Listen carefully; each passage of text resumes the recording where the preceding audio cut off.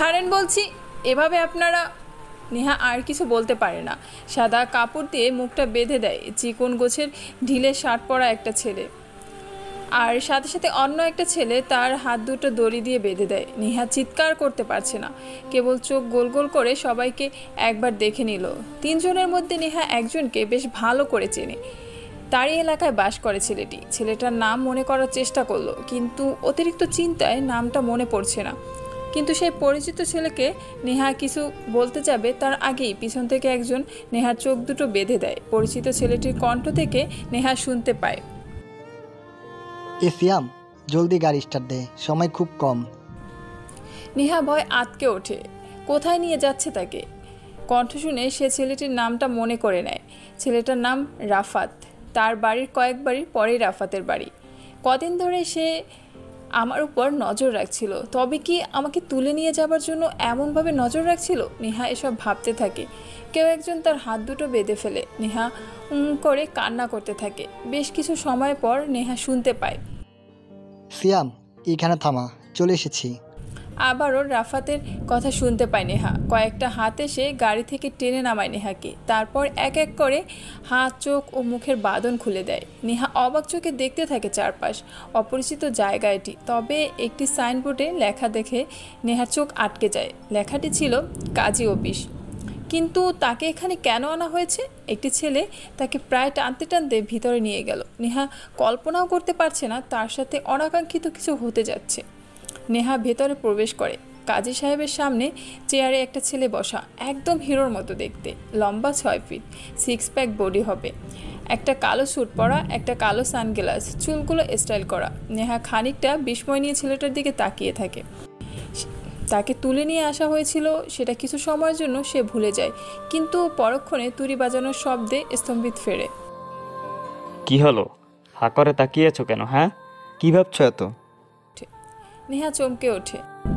চেয়ারে বসা ছেলেটি কথা বলে ওঠে, আমাকে যারা তুলে এনেছিল তাদের মধ্যে কেউ একজন আমাকে ছেলেটির পাশে বসিয়ে দিয়ে ওর চারপাশে ঘিরে রাখলো। নেহা প্রশ্ন করে, আপনি কে? আপনি ওকে এখানে কেন তুলে এনেছেন? বিয়ে করার জন্য। কি ফাজলামো পাইছেন? পাশে বসা ছেলেটি কিছু বলে না, কেবল মুচকি হাসতে থাকে। নেহার ইচ্ছে করছে এখনই সবগুলোকে চড় দিয়ে এখান থেকে চলে যায়। কত বড় সাহস! এদের আমাকে তুলে নিয়ে এসেছে, তাও আবার সোজা বিয়ে করার কথা বলছে। কি মনে করে এরা? নেহা নীরবে এসব ভাবছে। তখনই পাশে বসা ছেলেটা বলে, আমি নিলয়। আপাতত তোমার সাথে কোনো প্রকার ফাজলামি করছি না। তোমাকে তুলে আনা হয়েছে মূলত বিয়ের জন্যই। বিয়েতে রাজি হলে ভালো, না হলে আরও ভালো। নীলয় কথাগুলো নেহার দিকে তাকিয়ে খুবই শান্ত গলায় বলছে। নেহা এমন কথা শুনে কেবল চুপ হয়ে যায়নি, সে কি বলবে সেটাও ভাবতে পারছে না। কি সাংঘাতিক ব্যাপার ঘটতে চলছে তার সাথে। যাকে চিনি না জানি না তাকে বিয়ে করতে হচ্ছে, তাও আবার দিন দুপুরে তুলে এনে। এই কাগজটা ধরো। এটা কিসের কাগজ? আর আমি এটা নিয়ে কি করব? সাইন করো, এটা আমাদের বিয়ের কাবিনের কাগজ। কি? নেহা বেশ খানিকটা রাগের দৃষ্টিতে তাকিয়ে রইল নিলয়ের দিকে। রাগের প্রভাব চোখ মুখে বেশ গভীরভাবে ফুটে উঠেছে। মাথাটা গরম হয়ে গেল তার। তাই কাগজটা টান দিয়ে ছিঁড়ে ফেলে নেহা বলল, কি পাইছেনটা কি? হ্যাঁ, আমি আপনাকে কেন বিয়ে করব? না, আমি আপনাকে চিনি না। আমি আপনাকে চিনি না, আগে কোনো দিন দেখেছি আপনাকে। শুনুন, ভালোই ভালোই আমাকে যেখান থেকে তুলে এনেছেন সেখানে দিন, না হলে এর ফল কিন্তু ভালো হবে না বলে দিচ্ছি। নেহার কথা শুনে নিলয় সহ আশেপাশে সবাই হাসতে লাগলো। নেহা এবার অবাক চোখে তাকিয়ে রইল সবার দিকে। এলাকাতে নেহার আব্বুর অনেক বেশ রাজনৈতিক পাওয়ার আছে। নিলয় হাসতে হাসতে বলে, শোনো, জলদি সাইন করো, না হলে তোমার আব্বুর অনেক বড় ক্ষতি হয়ে যাবে। মাসুম। পাশে দাঁড়িয়ে থাকা একটা ছেলের পকেট থেকে ফোন বের করে নেহার সামনে ধরে। নেহা বিস্ময়কর চাউনি দিয়ে সেদিকে তাকায়। সে একটি ভিডিও দেখতে পায়, যেখানে নেহা দেখে তার আব্বু অফিস থেকে বের হচ্ছে, আর তার পেছনে দুজন, ওদের হাতে রিভলভার। তারা নেহার আব্বুকে ফলো করছে। নেহা ভয় পেয়ে যায়, কারণ তার আব্বু ছাড়া আপন বলতে কেউ নেই। নেহার আম্মু মারা গিয়েছে আরও 4 বছর আগে। নেহা তার আব্বুকে প্রচণ্ড রকম ভালোবাসে। তাই নেহা কাঁদতে কাঁদতে পাশে বসা ছেলেটার দিকে তাকায়। একটু আগে তার সৌন্দর্য দেখে কত কিছুই না ভাবছিল, আর সেই মানুষটা এরকম জঘন্য টাইপ আচরণ করবে নেহা কল্পনাও করতে পারেনি। তাই সে বলে, প্লিজ আমার আব্বুকে কিছু করবেন না আপনি। বলেন, কোথায় সাইন করতে হবে বলেন। That's like a good girl.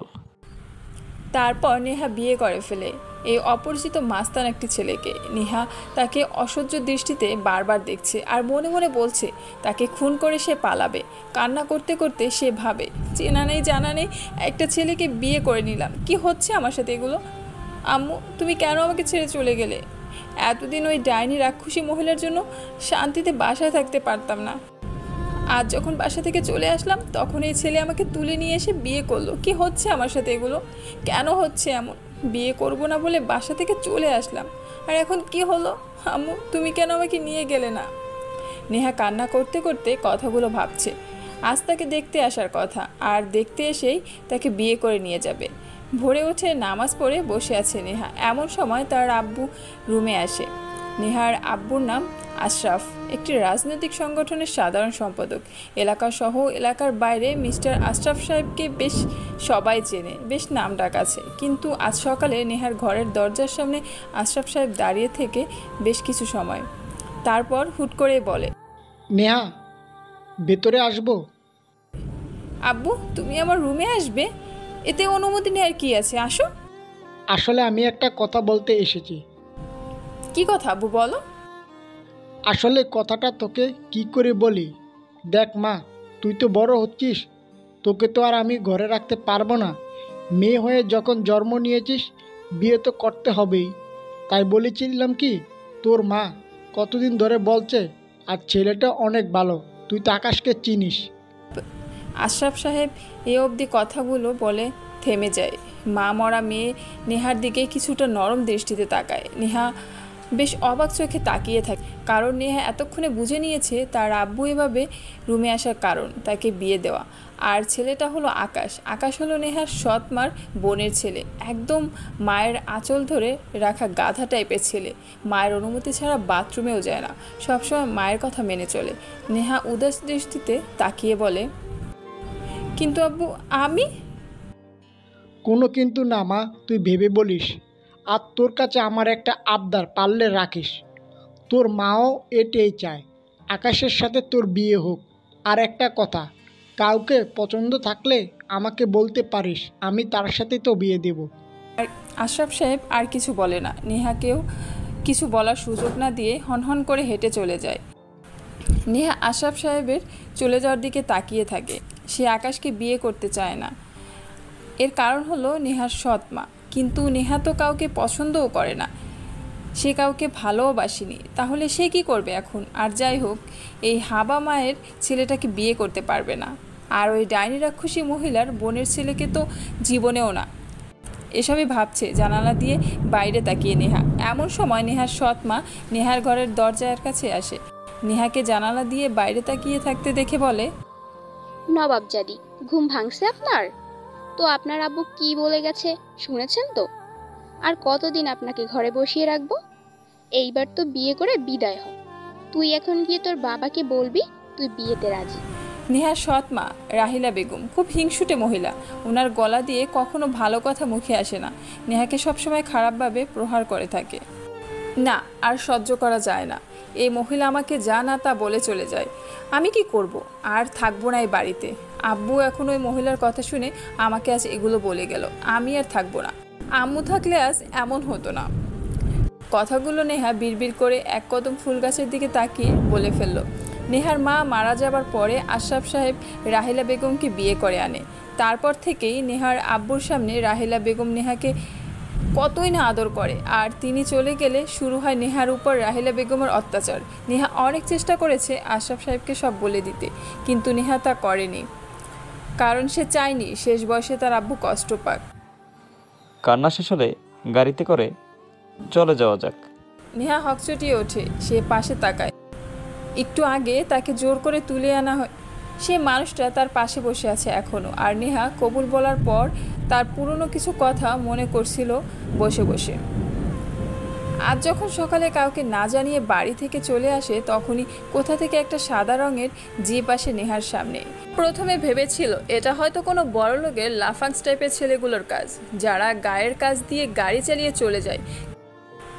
কিন্তু না, পরক্ষণেই নেহার ভাবনার জল ঢেলে সাদা রঙের জিপটি ওর পাশে এসে থেমে যায়, কিন্তু বোঝার আগে কয়েকটি হাত তার মুখ চেপে ধরে গাড়ির মধ্যে তুলে নেয়, তারপর সোজা কাজে অফিসে নিয়ে আসে। তারপর কি হলো বাকিটা তো আপনারা শুনলেনই। কি হলো মিসেস নিলয়, কান্না থামাও আর চলো আমার সাথে। ভাই ভাবি কোথায় থাকবে? কোথায় আবার, আমাদের আস্তানা। আরে চুপ কর, আস্তানায় ভাবি নিয়ে থাকা যায়?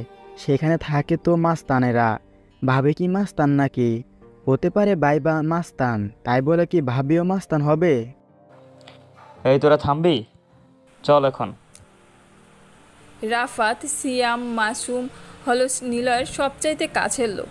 আপন ভাই না হলেও ওরা নিলয়ের ভাইয়ের থেকেও অনেক কিছু বেশি, তাই নিলয় যা বলে তাই করে ওরা। নিলয় নেহার দিকে তাকায়, নেহা তখনই বলে, কোথায় যাব? আমি আপনার সাথে কোথাও যাব না, আপনি খুব খারাপ লোক। চুপচাপ যাবেন নাকি আমি ফোন দিয়ে বলবো? মাসুম নেহার দিকে ফোন দেখিয়ে কথাটা বলে। নেহা আবারও কপাল কুঁচকে তাকায় ওদের দিকে। নিলয়কে তার স্বামী বলে মেনে নিতে অনেক কষ্ট হচ্ছে, ঘৃণা হচ্ছে তাকে বিয়ে করার জন্য এত কিছু করবে লোকটা, নেহা ভাবতেও পারছে না, তাও জঘন্য টাইপের কাজ। নেহা তখনই ভয়ে চুপসে যেয়ে বলে, এই না না, আপনারা প্লিজ এমন করবেন না, আমি যাব। মানুষ এতটা নিচু হতে পারে আমি ভাবতে পারছি না। কেন আমাকে জোর করে বিয়ে করলো, আর আমাকে কি করে চিনে এই লোকগুলো? হ্যাঁ, চুপচাপ গাড়িতে বসো নাকি আমার কোলে তুলে নেব? নিলয়ের শয়তানি একটা হাসি দেয়। রাফাত, মাসুম, সিয়াম নেহাকে নিয়ে বের হয়।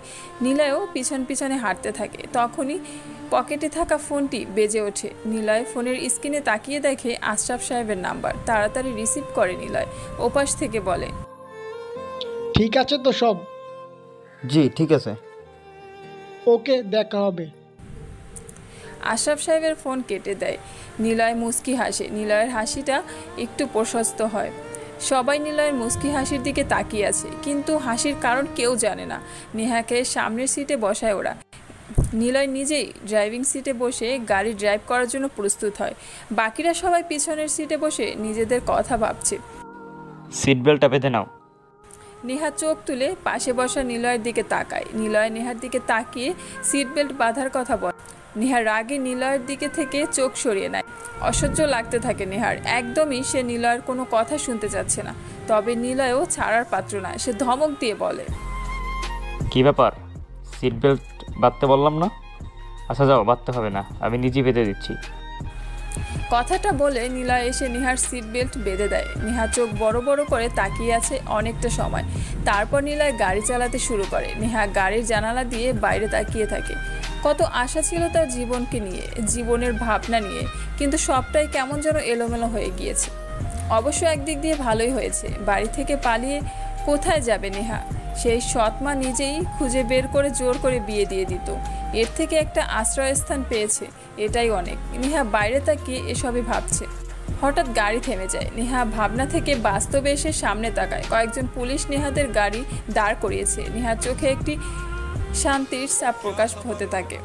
এক্ষুনি চিৎকার দেব, এদের হাত থেকে এটাই বাঁচার একমাত্র উপায়। পুলিশদেরকে সব বলতে হবে, এর একটি বড় অপরাধ চক্র। কথাগুলো নেহা মনে মনে ভাবতে থাকে, বেশ শান্তি লাভ করে। কল্পনা অনুযায়ী নেহা চিৎকার দিতে যাবে, তখনই একটা পুলিশ এসে নিলয়কে সালাম দেয়। কেমন আছেন নিলয় স্যার? হ্যাঁ ভালো, তোমাদের কি অবস্থা? এই তো স্যার চলছে। আমাদের ভাবি নাকি উনি? হ্যাঁ। ভাবি কেমন আছেন? নেহা বোকার মতো একবার পুলিশদের দিকে তাকায়, একবার নিলয়ের দিকে তাকায়। কে এই নিলয়? পুলিশরা কেন তাকে স্যার ডাকছে? আবার এদের কাছে রিভলভার আছে, অথচ পুলিশরা কিছুই বলছে না। কে এই ব্যক্তি? কি রহস্য এর মাঝে?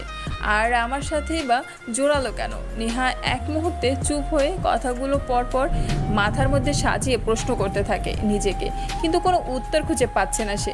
কেবল বোকার মতো পুলিশটার দিকে তাকিয়ে শুকনো একটা হাসি দেয়। তারপর নিলয় আবারও গাড়ি চালাতে থাকে। কিছু দূর যাওয়ার পর আবারও নিলয়ের ফোন বাজতে থাকে। নিলয় ফোনের দিকে তাকিয়ে দেখে আবারও আশরাফ সাহেবের কল। সব ঠিক চলছে? এখন অবধি সব কিছু ঠিকঠাক আছে। কোনো সন্দেহ করছে নাকি? না, বোকা একটা মেয়ে। নিলয় ফোনটা কেটে দেয়। নেহা রাগী চোখে তাকায় নিলয়ের দিকে। নেহাকে বোকা বলেছে ও, কিন্তু কি বোকামি করলো সে বুঝতে পারছে না। হঠাৎ গাড়িটা ব্রেক করে। নেহা জানালা দিয়ে তাকিয়ে দেখে একটা কবরস্থান, খুব পরিচিত একটা কবরস্থান নেহার কাছে। নেহা নিজে থেকেই গাড়ি থেকে নামে। এরপর নেহা দেখে নিলয় কবরস্থানের মধ্যে প্রবেশ করেছে। নেহাও পিছনে যায়। নেহাকে অবাক করে দিয়ে নিলয় নেহার মায়ের কবরের পাশে দাঁড়িয়ে কবর জিয়ারত করে। নেহা বেশ কিছু সময় নিলয়ের দিকে তাকিয়ে থাকে। অবাক করা চাউনি নিয়ে নেহা নিলয়ের দিকে তাকিয়ে হাঁক হয়ে যায়। প্রশ্নগুলো আবারও তার মাথার মধ্যে ঘুরপাক খায়। কে এই ছেলে? কে হবে সে? তার সাথে কেনই বা পরিচয় হলো? মাকে সে কিভাবে চেনে? নেহার কিছু ভাবে না, সোজা যেয়ে নিলয়ের পাশে দাঁড়ায়। মায়ের কবরের দিকে তাকিয়ে থাকে নেহা।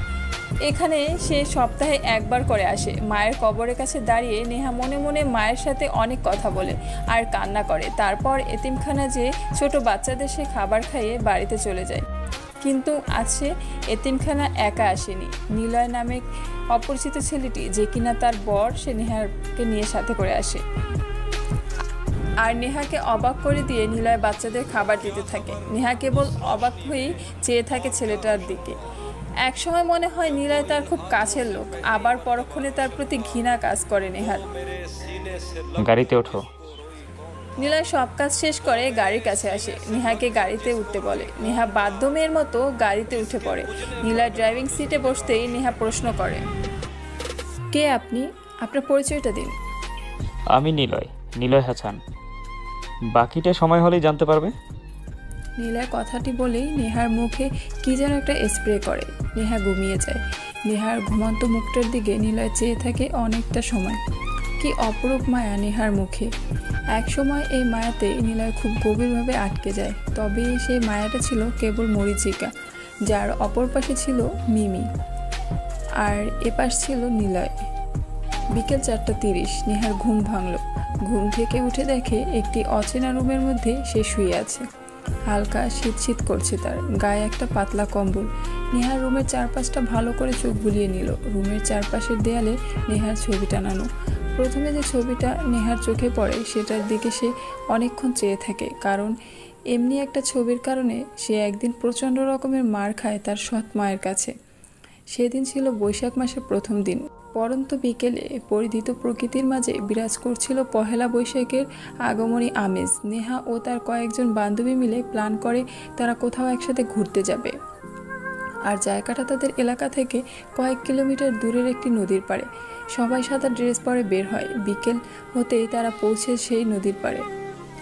নদীর চারপাশে বড় বড় মেহগনি গাছ, ছোট্ট একটি নদী। এটাকে ঠিক নদীও বলা যায় না। নদীর এক পাশে ইয়া বড় কাশবন। নদীর পাড়ে কিছু জায়গা নিয়ে সারি সারি কলাবাগ। সেই কলা পাতায় বৈশাখের অদ্ভুত বাতাস যখন এসে পড়েছিল, তখন কেমন যেন একটা প্রশান্তি শব্দ হয়। নিমিষেই মন কেমন যেন নেচে ওঠে নেহার। সে কাশবনের দিকে ছুটে যায়। বড় কাশবনের মধ্যে সে খালি পায়ে হাঁটতে থাকে। হঠাৎ একটা ছোট্ট খরগোশছানার দিকে নেহার চোখ যায়। নেহা দৌড়ে খরগোশছানাটি হাতে নেয়, আর তখনই একটা দমকা বাতাস তার গায়ে এসে লাগে। কালো চুলগুলোর কিছুটা মুখের সামনে এসে তার।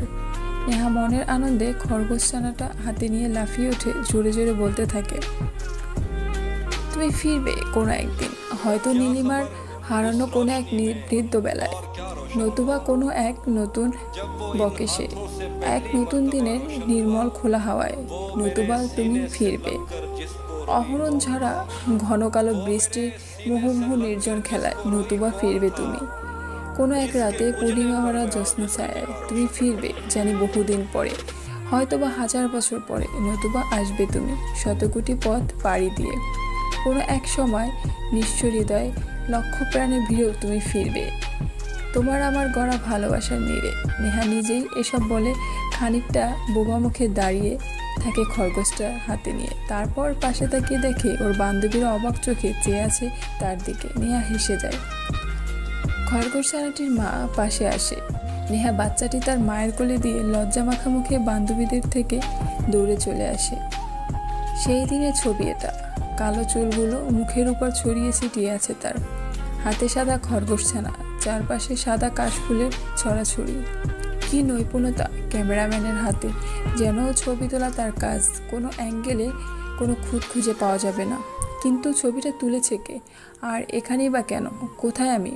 নেহার কপালে আবারও চিন্তার ছাপ। সে নিজেই নিজেকে প্রশ্ন করে কিছু সময়। তারপর বসা থেকে যখন উঠে যাবে তখনই চোখ পড়ে সোফাতে রাখা একটা বড় ডলের দিকে। ডলটার চারপাশে নেহার পছন্দের ফুল সাজানো অবস্থায় রাখা, রজনীগন্ধা আর হলুদ গাঁদা ফুলের সাথে লাল টিউলিপ। বেশ চমৎকার লাগছে তার। দৌড়ে ডলটার কাছে যায়। ডলের পাশে দেয়ালে একটা সুন্দর যে পেন্টিং দেখতে পায় নেহা। একটা ছেলে ছোট্ট একটা হাতে বানানো ব্রিজের উপর বসে ছিপ দিয়ে মাছ ধরছে। ছেলেটার গায়ে একটি হাতাকাটা গেঞ্জি, পরনে হাফ প্যান্ট। যেন দেখে মনে হচ্ছে একদম জীবন্ত একটা পেন্টিং। যার দেয়ালে পেন্টিংগুলো যথেষ্ট সুন্দর, এত সুন্দর করে সব কিছু গোছানো। আবারও সেই প্রশ্নগুলো মাথার মধ্যে নেহার বারবার ঘুরতে থাকে। কে এই ছেলে? কি তার পরিচয়? আমাকে কিভাবে চেনে? কেনই বা আমার সাথে সে জড়িয়ে গিয়েছে? নেহা পুতুলটি হাতে নিয়ে খাটের কাছে আসতে থাকে। কালো কাঁচ খচিত একটি টেবিলের উপর চোখ পড়ে নেহার। সেখানে একটি কড়ির ভেসেলে চায়ের ধোয়া ওঠার দৃশ্য। পাশে চায়ের কাপ উল্টানো ভাবে রাখা, তার পাশে পড়ে আছে একটি রঙিন কাগজে মোড়ানো চিরকুট। নেহা ধীরে পায়ে হেঁটে যায় টেবিলের কাছে। অচেনা ঘরটি তার কাছে যেন অনেকটা ভালো লাগতে শুরু করেছে। নেহা কাগজের ভাঁজ খোলে। সেখানে লেখা আছে, আমাকে নিয়ে এত ভাবতে হবে না। আমি কে তা সঠিক সময় জানতে পারবে। আপাতত তুমি আমার বাড়িতেই আছো। তোমার যা দরকার তা নিচে এসে পাবে। তোমার যা দরকার তা আরিতাকে বললেই পেয়ে যাবে। আর হ্যাঁ, একদম চালাকি করার চেষ্টা করবে না। নেহা চিরকুটটা ছুঁড়ে ফেলে দেয়। আবারও অসহ্য লাগতে শুরু করেছে। নিলয়ের কথা মনে পড়ে। আমি কোথায় ফেসে গেলাম? আল্লাহ, দড়ি ফেলাও, আমি উপরে উঠে যাই। আমি আসার সময় আব্বুকে চিঠি লিখে এসেছি যেন আমাকে খোঁজার চেষ্টা না করে। যদি করে তো আমি নিজেকে শেষ করে দেব। হ্যাঁ, নিজেই নিজেকে নিজের কথা বলতে থাকে। রাগে দুঃখে তার কান্না করতে ইচ্ছে করে। কেন সে রাগ করে বাসা থেকে বের হয়েছিল? কিন্তু কী আর করার, নেহা এখন এই বদ লোকটার বউ, তাই তার কথা তো মানতেই হবে। না হলে যদি তার আব্বুর কোনো ক্ষতি করে? মানুষ এতটা খারাপ হয় কি করে? ওইদিকে মা আমাকে তার বোনের হাবলা ছেলের সাথে বিয়ে দিতে চায় যেন আব্বুর সব প্রপার্টি নিজের নামে করে নিতে পারে। আর এইদিকে এই ছেলে কেন আমাকে তুলে এনে বিয়ে করলো, আবার আম্মুর কবরের কাছে নিয়ে যায়। উনি কি করে জানলো এটা আবার আমার আম্মুর কবর? উফ, মাথা ব্যথা করছে, কিছু মাথায় ঢুকছে না।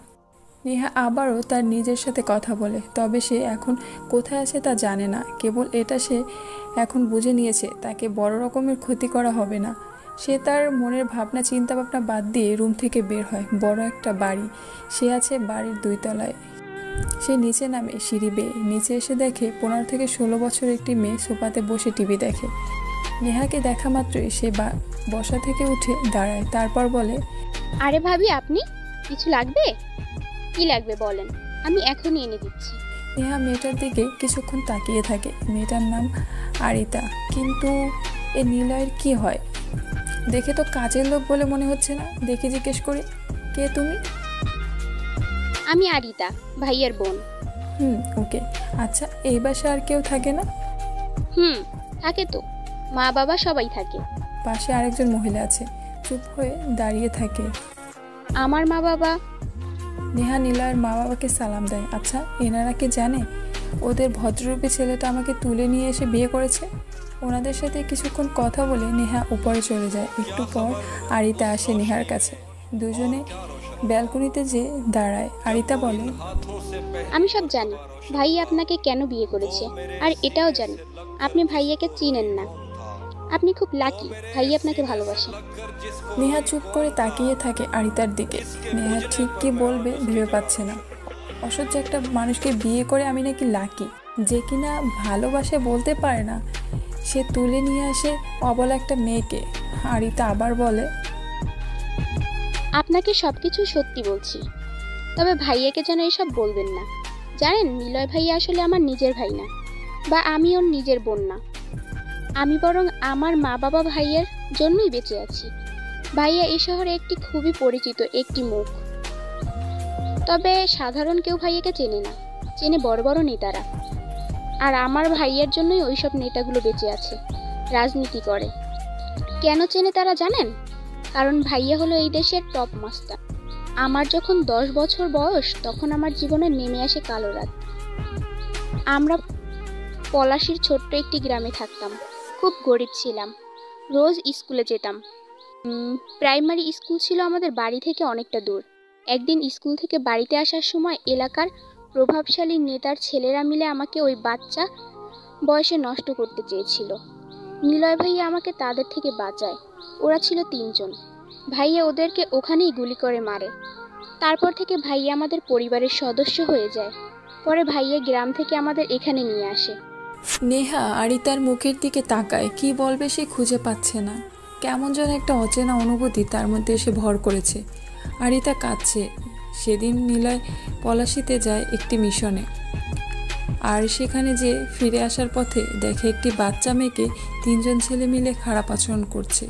নিলয় কখনোই মেয়েদের সম্মানহানি দেখতে পারে না, তাই সে সেখানেই ওদেরকে গুলি করে মারে। আপনার কি চা দেব? দাও। আরিতা নেহাকে চা দিয়ে চলে যায়। আরিতা ভাবে, আসলে মানুষ এত ভালো হয় কি করে? ওনার ভিতরে কোনো অহংকার নাই, নিলয় ভাইয়ার মতো। নিলয় ভাইয়া ঠিক মানুষকে ভালোবাসে, তেমনি নেহা ভাবিও ওই রকম।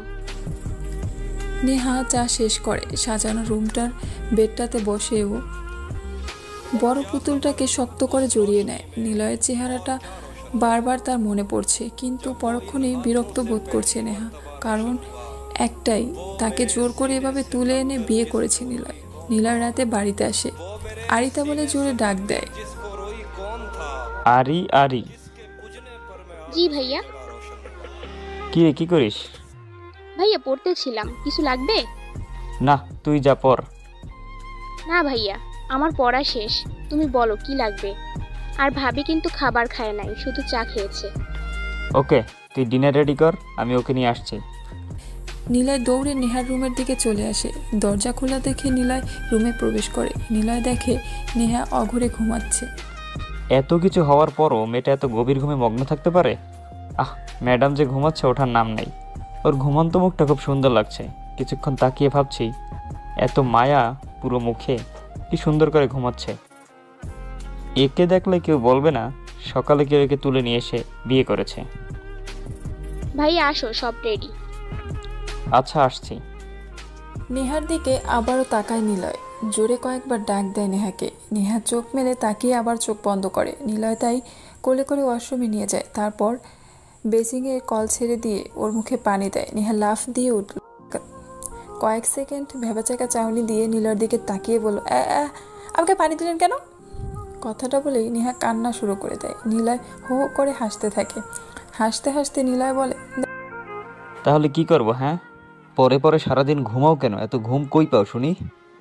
দেখেন, আপনি কিন্তু আমার সাথে সব কিছু একটু বেশি বেশি করছেন। একটু বেশি না, অনেক বেশি করছেন।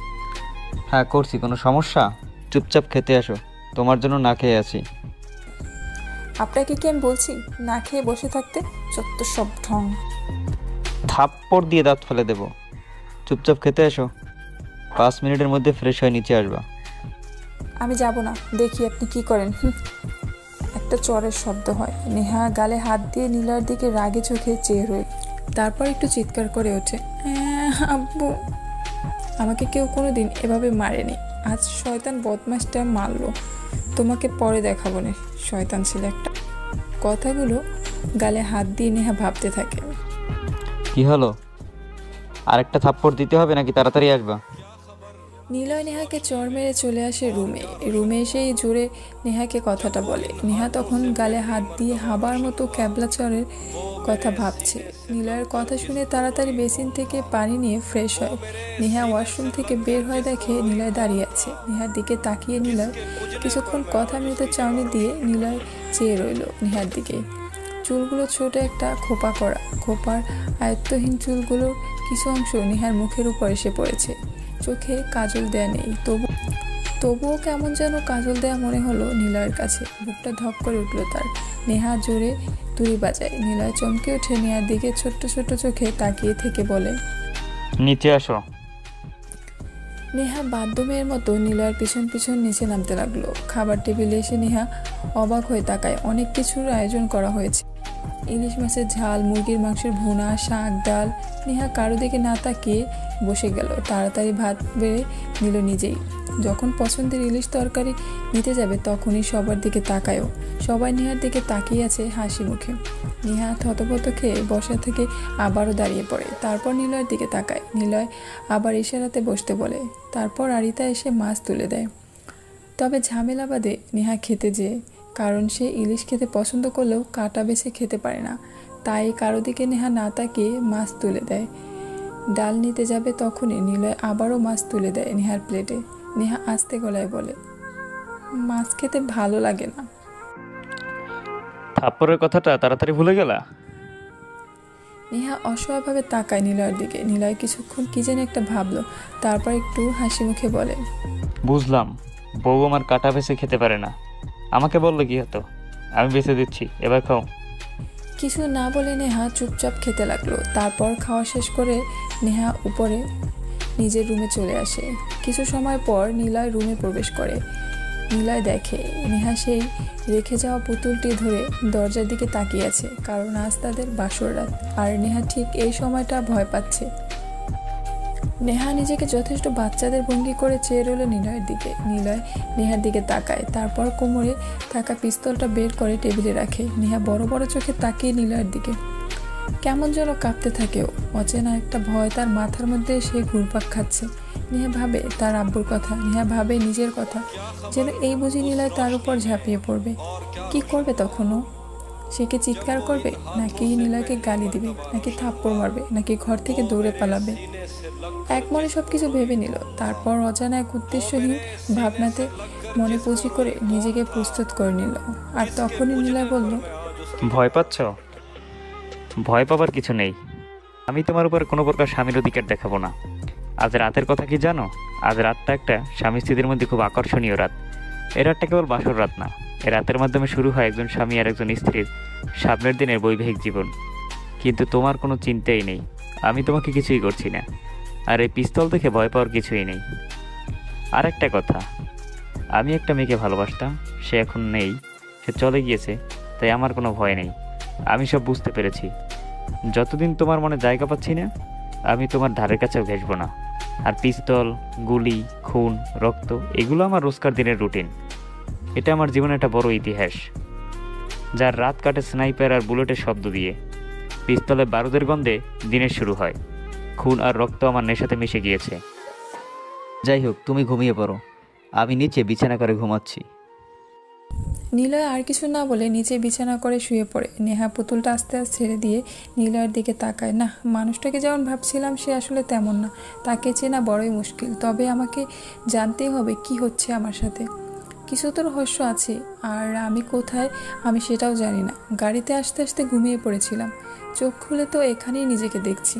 নেহা এসব ভাবতে ভাবতে শুয়ে পড়ল নিলয়ের দিকে তাকিয়ে।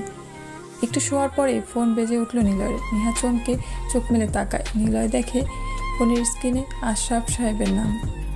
নিলয়, এখন অবধি কি সব ঠিক আছে? হ্যাঁ।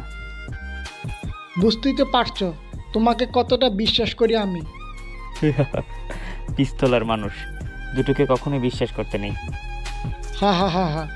যাই হোক, ওকে কলেজে পাঠিয়ে দাও। ওর সামনে পরীক্ষা আছে, বইগুলোই ওর কাছে পৌঁছে দিতে হবে। হ্যাঁ। আশরাফ সাহেবের ফোন কেটে দেয়। নিলয় বসা থেকে উঠে দাঁড়ায়। নেহা তাকে দাঁড়ানো দেখেই চোখ বন্ধ করে করে নিলয় আবারও ফোন দেয়। মাসুম, নেহার বই লিখবে। ঠিক আছে ভাই, কাল সকালে পেয়ে যাবা। ফজরের আজানে নেহার ঘুম ভাঙে। পাশ ফিরে তাকিয়ে দেখে নিলয়ের বিছানায় নেই। টেবিলে চোখ যায় ওর। পিস্তলটি সেখানে পড়ে থাকতে দেখে একটু হেঁটে সে পিস্তলটা হাতে নেয়। হাতে নিয়ে কিছুক্ষণ নেড়ে চেড়ে দেখেও। একা একা হাতে করে নিলয়ের ছবির দিকে তাক করে গুলি করার নকল খেলা করতে থাকে কিছু সময়। বেশ মজা পাচ্ছে এটাতে। পিস্তলটি টেবিলে রেখে নিলয়ের বিছানার কাছে যায়। সেখানে নিলয়ের ফোন পড়ে থাকতে দেখে হাতে নেয়। মজার ব্যাপার হলো ফোনে কোনো লক করা নেই। ফোনটা হাতে নিয়ে নেহার আব্বুর কথা মনে পড়ে ওর। বাড়ি থেকে পালানোর সময় সে বাড়ির কাউকেই বলেনি, কেবল আসার সময় চিঠি লিখে এসেছিল, আব্বু আমাকে যেন কেউ না খোঁজ। আমি যেখানেই যাই না কেন ভালো থাকবো। তোমার দেওয়া ফোনটা রেখে যাচ্ছি, ভালো থেকো, নিজের যত্ন নিও। নেহার চোখে পানি চলে আসলো। তাড়াতাড়ি করে আব্বুর নাম্বারটা টাইপ করে কল দিয়ে ফেললো। কিন্তু নেহা অবাক চোখে তাকিয়ে দেখলো তার আব্বুর নাম্বার নিলয়ের ফোনে আশরাফ সাহেব নামে সেভ করা। নেহা অবাক চোখে তাকিয়ে থাকে কিছুটা সময়।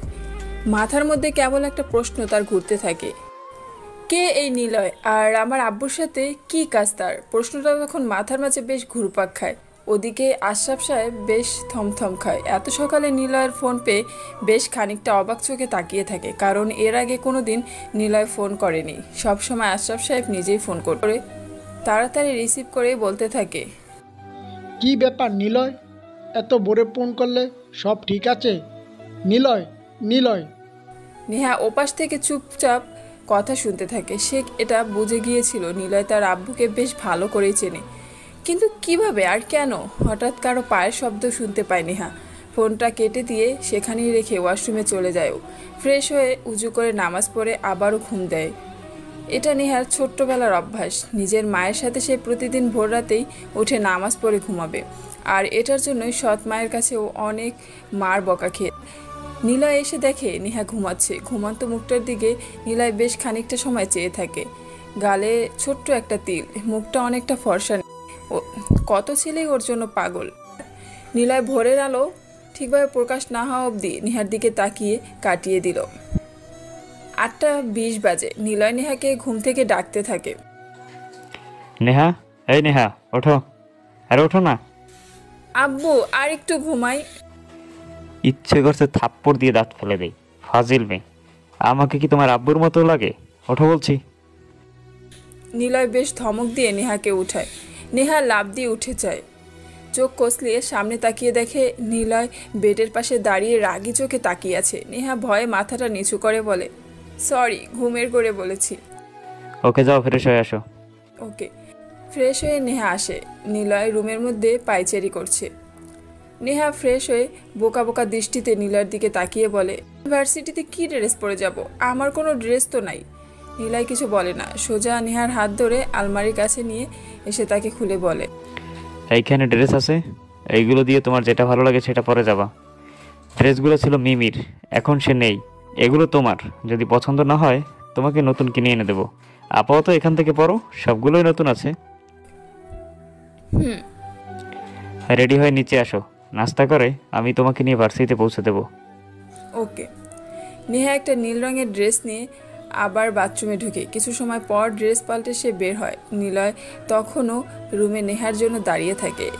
নীল রঙের ড্রেস, চোখে কাজল না দেওয়ার থাকলেও কেমন যেন অসাধারণ লাগছে তাকে। চুলগুলো এখনও এলোমেলো হয়ে আছে। কালো চুলের কার্নিশ বেয়ে হালকা পানি টুপটুপ করে মুখে পড়ছে। নিলয় অপলকে নেহার দিকে তাকিয়ে হাঁ করে আছে। নেহা নীলার দিকে তাকায়। নেহা তাকাতেই নেহা চোখ সরিয়ে নেয়। নেহা প্রশ্ন করে, এভাবে তাকিয়ে কি দেখছেন? না মানি, তাড়াতাড়ি নিচে আসো, খাবার খেয়ে ভার্সিটিতে যেতে হবে। এটা কি হলো? ওই ছেলে আমার দিকে এভাবে তাকালো কেন? ধুর, যা হয়েছে হোক। নেহা নিজেই কথাগুলো ভাবতে ভাবতে রেডি হতে থাকে। সিঁড়ি বেয়ে নামছেও। খাবার টেবিলে আসছে রাফাত, সিয়াম আর মাসুমকে দেখলো। নেহা থেমে গেল, কারণ এমন করে প্রতিদিন সকালে নেহা ও তার আব্বু একসাথে বসে খাবার খেত। আব্বুর কথা মনে পড়াতেই বুকটা ছ্যাদ করে উঠল। মনে পড়ে গেল নিলয়ের সাথে আব্বুর সংযোগের কথা। কথাগুলো মাথার মধ্যে নেহার বেশ কড়াভাবেই নাড়া দিতে থাকে। সবাই একসাথে খাবার খেয়ে বের হয়। নিলয় ড্রাইভিং সিটে বসে, পাশে বসে নেহা, আর পিছনের সিটে বসে মাসুম, রাফাত আর সিয়াম। খানিকটা সময় পর নিলয় বলে, গাড়ি থেকে নামো। চলে এসেছি। হ্যাঁ। ওকে, বাই। বাই বলে কই যাও? আমিও তোমার সাথে আসছি। নেহা খানিকটা বিস্মিত চোখে তাকিয়ে থাকে নিলয়ের দিক। নেহার তাকানোকে কোনো প্রকার পাত্তা না দিয়ে গাড়ি থেকে নামে পরিচিত ভার্সিটিতে। ভার্সিটির রাস্তাও নিলয়ের পরিচিত। এই ভার্সিটি থেকেই নিলয়ের সাথে মিমের পরিচয়। নিলয় নামতেই নেহা বলে, আপনার ফোনটা দিবেন? কেন? আমার বেস্ট ফ্রেন্ডকে কল দিব। ছেলে না মেয়ে? আফরিন ওর নাম। ওহ, চলো, ফোন দিতে হবে না। মন খারাপের কিছু নেই, আগে প্রবেশ করো। সে নিজেই তোমার কাছে আসবে। কিছু না বলে ভার্সিটিতে প্রবেশ করলো নেহা। দূর থেকে খেয়াল করলো সে আফরিন জোরে হেঁটে ওর দিকে আসছে। সে কাছে এসেই নেহাকে জড়িয়ে ধরে বলল, কেমন আছিস? ভালো আছি, তুই? ভালো। নিলয় ভাইয়া কেমন আছেন?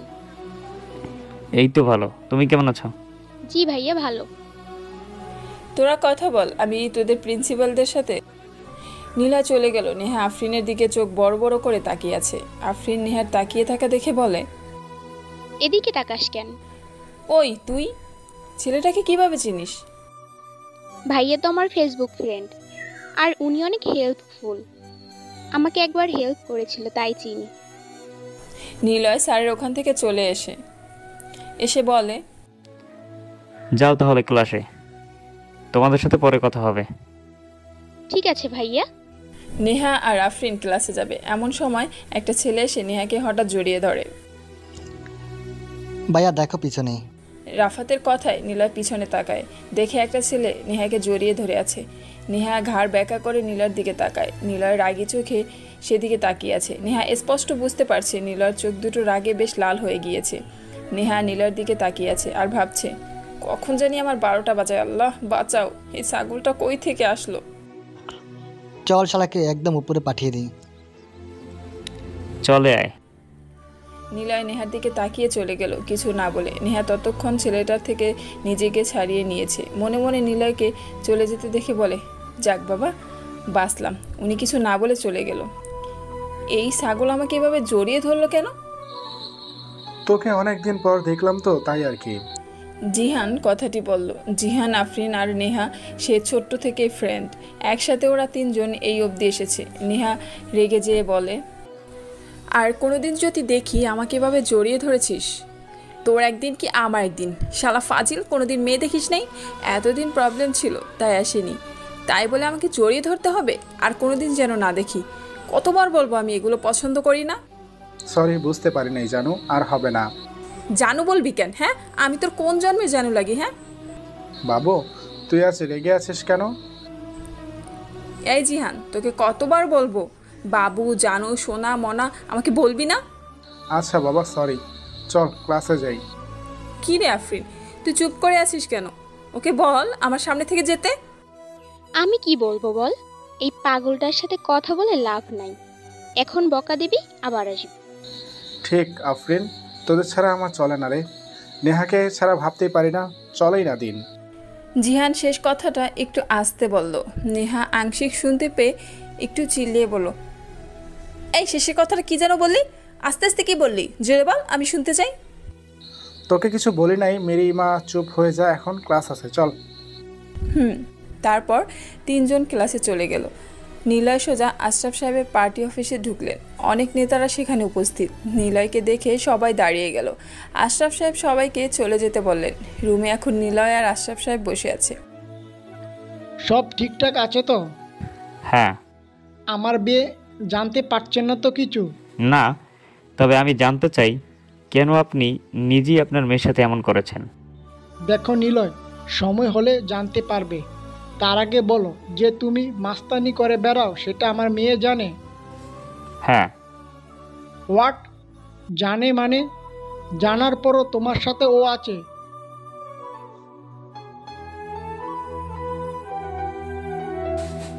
হ্যাঁ, সব কিছুই জানে না। সে জানে আমি ছোটোখাটো মাস্তান। কিন্তু কি করে সম্ভব? আমি রাজনীতি করি, এটাই আমার মেয়ে খুব একটা ভালো চোখে দেখে না। আর তুমি নিজেই তো এই শহরের মাস্তান, অথচ সে সব জানার পরও তোমার সাথে আছে? হ্যাঁ আছে, কারণ এই নিলয় কেবল বুলেট নিয়ে খেলা করে না, মাইন্ড নিয়েও খেলে। এই লাইনে পা ফেলার আগে 3 বার ভেবে পা ফেলতে হয়। আশা করি বুঝতে পেরেছেন। সেই কারণেই তো তোমাকে সরাসরি বিয়ে করতে বলেছি, যাতে তোমার কাছে থেকে যায় আমার মেয়ে। আচ্ছা, সকালে কি তুমি ফোন করেছিলে? না তো। তাহলে কে কল করেছিল? নেহা? জানি না ঠিক, তবে এখন থেকে আমি নিজেই আপনাকে কল দেব। আসি। যাবার আগে একটা কাজ আছে, শুনে যাও। নিলয় উঠে দাঁড়িয়ে আবার বসে যায়। নিলয় জানে কি কাজ তার। এখন উনি বলবে কারো মার্ডার করতে, না হয় হাত পা ভেঙে দিতে, কিন্তু নিলয় এসব লাইনে আস্তে আস্তে ছেড়ে দিতে চাচ্ছে। তবে কেন জানি না এই আশরাফ সাহেব সেটা একদমই চাচ্ছে না। আচ্ছা, উনি কি তবে ওনার মেয়েকে আমাকে একবার হাত করার জন্য পাঠিয়েছে? এই আশরাফ সাহেব খুবই বুদ্ধিমান লোক। নিলয় মনে মনে কথাগুলো একবার ভেবে নেয়, তারপর বসে আশরাফ সাহেবের দিকে তাকিয়ে বলে, কি কাজ? শোনো, একটা ঝামেলাতে ফেসে গিয়েছি। মোর্শেদকে তুমি তো চেনো, ও রাজনীতির পাশাপাশি কিন্তু ড্রাগসের ব্যবসা করে। তবে প্রমাণ না থাকায় কিছু করা যাচ্ছে না, আর ও আমার থেকে বড় নেতা, সুতরাং কিছু করতে পারছি না। তুমি বিষয়টা একটু দেখো, ও যেন এমন না করে, আর উপরে পা রেখে আমি ওর উপরে উঠতে চাই। নিলয় কিছু বলে না, একটু মুচকি হেসে সেখান থেকে চলে যায়। আশরাফ সাহেব জানে নিলয়ের মুচকি হাসির অর্থ কী। আশরাফ সাহেবও হাসেন, কারণ তিনি বুঝে গিয়েছেন কাজটা খুব সহজে হয়ে যাবে। নিলয় কোনো কাজের আগে এমনিভাবে হেসে থাকে। আশরাফ সাহেব মুখে দুগাল হাসি। প্রথম হাসি কাজ হবে ভেবে, আর দ্বিতীয় হাসি নিলয়কে নিয়ে গেম খেলার জন্য। আর সেই গেমে যুক্ত করেছে আবলামে নেহাকে, যার কিছুই নেহা জানে না। এদিকে নিলয় ভাবে আশরাফ সাহেব খুবই বুদ্ধিমান একজন নেতা। ওকে যত উপরে তোলা হবে ও ততই উপরে আরও বেশি করে উঠতে চাইবে, আর তাই তাকে ব্যবহার করার জন্য তার মেয়েকে আমার কাছে পাঠিয়ে দিয়েছে খুবই শক্ত প্ল্যান করে। তবে দেখা যাক আগামীতে কি হয়। নিলয়ও এর শেষ দেখতে চায় নেহার মতো। ক্লাস শেষ করে ভার্সিটির গেটের কাছে এসে নেহা দেখে নিলয় গাড়ি নিয়ে দাঁড়িয়ে আছে। মুখে কেমন একটা চিন্তার ছাপ নিলয়। নেহা স্পষ্ট তা দেখতে পাচ্ছে। নেহা নিলয়ের কাছে এসে মুচকি হাসলো। নিলয় কোনো কথা না বলে গাড়িতে যেয়ে বসতে বলে। নেহাও গাড়িতে বসে। নিলয় পকেট থেকে ফোন বের করে। মাসুম, এবার তোর যা ইচ্ছে কর, তবে মেরে ফেলিস না। নেহা কিছুটা বড় বড় চোখে তাকিয়ে নিলয়ের দিকে। এরপর কথার শেষে কোনো মানেই বুঝতে পারছে না। গাড়ি চলতে থাকে। নিলয় কোনো কথাই বলছে না। নেহা মনে মনে বলে, আজ কি হলো ছেলেটার? একটা কথাও সে বলছে না। শয়তান মার্কা জিহানের জন্য এটা হয়েছে। নিলয় রাগ করে আছে। বাড়িতে চলে আসে তারা। নেহা গাড়ি থেকে নেমে যায়। আপনার ফোনটা একটু দিবেন? কেন? আফরিনের কাছে আমার কিছু বই আছে, সেগুলো কাল নিয়ে আসতে বলবো। আচ্ছা, আমি বলে দেব। নিলয় কিছু না বলে গাড়ি নিয়ে চলে আসে। নেহা বাড়িতে এসে আরিতার সাথে কিছুক্ষণ গল্প করে খাবার খেয়ে ঘুমিয়ে পড়ে। কালো রঙের গাড়ি ভার্সিটি থেকে বেশ খানিকটা দূরে ফাঁকা জায়গায় এসে থামে। তিনজন লোককে দাঁড়িয়ে থাকতে দেখে, একজনকে নিলয় বসে থাকতে দেখে। দাঁড়িয়ে থাকা লোকগুলো হলো সিয়াম, মাসুম আর রাফাত। ওদের মুখে কালো ভৌতিক মাস্ক, আর যে বসে আছে তার নাম হলো জিহান। মুখে রক্তের ছাপ, ব্যথায় প্রচণ্ড কোঁকড়াচ্ছে। নিলয় মাস্ক পরে নেয়, আস্তে আস্তে হেঁটে ওদের দিকে যায়। জিহানকে ওভাবে দেখে কোমর থেকে পিস্তল বের করে জিহানের কপালে ঠেকিয়ে বলে, কেন তোকে মারলাম সেটা অজানাই থাক, তবে এ যাবৎ যা করেছিস পরবর্তী সেসব যেন না করতে দেখি।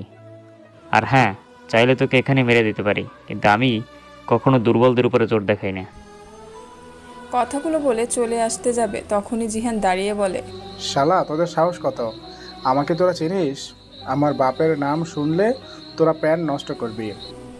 নিলয়রা থেমে যায়। মাসুম জোরে হাসতে থাকে। সেই সাথে রাফাত আর সিয়ামও মাসুমের সাথে যোগ দেয়। জিহান ওদের হাসি দেখে আরও রেগে যায়, বলে, বিশ্বাস হচ্ছে না তো তোদের? আমি কি করতে পারি সেটা কাল দেখে নিস। তোদেরকে খুঁজে বের করে মারবো। মোর্শেদ নামটা তোদের অচেনা নয়। আমি ওনার ছেলে। তোদের মতো লোক আমার বাবার পায়ের কাছে পড়ে থাকে কুত্তার মতো। কথাটা বলার সাথে সাথেই সিয়াম, মাসুম, রাফাত কোমর থেকে পিস্তল বের করে জিহানের দিকে তাক করে ধরে। নিলয় একটু শব্দ করে হেসে দেয়, তারপর ওদেরকে পিস্তল থামিয়ে নিতে বলে সেখান থেকে চলে আসে। কিছু দূর গাড়ি চালিয়ে এসে মাস্ক খুলে ফেলে তারা। ভাইয়া, হারামির বাচ্চাকে ওখানে কেন মারলে না? আজ রাতে মিশন আছে রে। মিশন? মোর্শেদকে একটু দেখতে হবে, আশরাফ সাহেবের নির্দেশ। আচ্ছা ভাইয়া, তুমি তো এমনিতেই রক স্টার, তুমি কেন আশরাফ সাহেবের কথা মতো কাজ করো? চাইলে তো তুমি আশরাফের মতো অনেক নেতাকে উড়িয়ে দিতে পারো। সে আছে অনেক কথা, পরে এক সময় বলবো। মাসুম, তুই আরেফিনদের বাড়ি থেকে নেহার বইগুলো এনে দে এখনই। ভাইয়া, আফরিনকে না খুব ভালো লেগেছে, ওর সাথে লাইন মারবো। চুপ, তুই কেন লাইন মারবি? আমি সিয়াম, কি দোষ করছি? আমরাও মারবো। নিলয় ওদের পাগলামি নিলয় খুব ভালোভাবে বুঝে নিয়েছে। কি আর করবে, ওদের তিনজনদের নিলয় ছাড়া কেউই নেই। এতিম 3 ছেলেকে নিয়ে নিলয়ের সাথে রেখেছে, পড়াশোনাও করিয়েছে, কিন্তু তারা নিলয়ের সাথেই কাজ করতে চায়। নেহা ঘুম থেকে উঠে ফ্রেশ হয়ে ব্যালকনিতে দাঁড়িয়ে আছে। একটু পর রুমের দরজায় কারো টোকা পড়ার শব্দ শুনতে পেল। দৌড়ে সেখানে যেয়ে দেখে নিলয় দাঁড়িয়ে আছে হাতে বই নিয়ে। আরফিনের কাছ থেকে বই নিয়ে আসলাম, বাকি বই লাইব্রেরি থেকে নিয়ে আসছি। আর শোনো, আজ থেকে তোমার বাবার বাড়ির কথা ভুলে যাও, ওখানে আর যেতে পারবে না, মনে থাকে যেন। আর যদি কথা না শোনো তাহলে কঠিন ব্যবস্থা করা হবে। নেহাকে কিছু বলার সুযোগ না দিয়েই বইগুলো নেহার হাতে দিয়ে ওয়াশরুমে চলে যায় নিলয়। আজ রাতে সে বের হবে মোর্শেদের সাথে, তার মিশন। বিষয়টা ভাবতে কেমন যেন লাগছিল প্রথমে, কিন্তু জিহানের কথা শুনে নিলয়ের রাগ উঠে যায়। তাই সে বিষয়টা এবার বেশ সিরিয়াসভাবে নিয়েছে। নিলয় ফ্রেশ হয়ে এসে দেখে নেহা খাবার নিয়ে দাঁড়িয়ে আছে। নিলয়ের চোখের ছানা বড়। হঠাৎ নেহা এমন করে খাবার নিয়ে আসবে নিলয় তা বুঝতে পারেনি। নিলয়ের দিকে তাকিয়ে নেহা বলে, খেয়ে নিন, এখানে নিচে যেতে হবে না। কি ব্যাপার, আজ হঠাৎ বউ বউ ভাব? আমার প্রেমে পড়ে গেছো নাকি? একদমই না, আপনি আমার জন্য এত কিছু করছেন তাই আর কি। ও আচ্ছা, আপনাকে একটা প্রশ্ন করি। হ্যাঁ, করো। মিমিকে আমাকে কি বলা যাবে? নিলয় কিছু চুপ হয়ে যায়। কি বলবে ও খুঁজে পাচ্ছে না। নিলয়ের চোখের সামনে ভাসতে থাকে মিমির সাথে পরিচয়ের কথা, ভার্সিটির কথা, ওকে হারানোর কথা। সে এসব ভুলতে চায়, কিন্তু কেন জানি না তার বারবার সেই সব কথাই মনে পড়ে। মনে করিয়ে দেয় আশেপাশের মানুষগুলো। কি হলো বলুন? না বললে থাক। তবে আমি আজ ওনার একটা ডায়েরি পেয়েছিলাম, তাই জানার আগ্রহ লাগলো। নিলয়ের মুখে রাগের প্রতিচ্ছবি ছেয়ে গেল। এই ডায়েরিটি সে পুড়িয়ে ফেলতে চেয়েছিল, কিন্তু পারেনি। কেন সে পারেনি তাও জানে না। নিলয় তাড়াতাড়ি খাওয়া শেষ করে নিয়ে নেহাকে বলে, পরে বলবো, এখন সব থাক।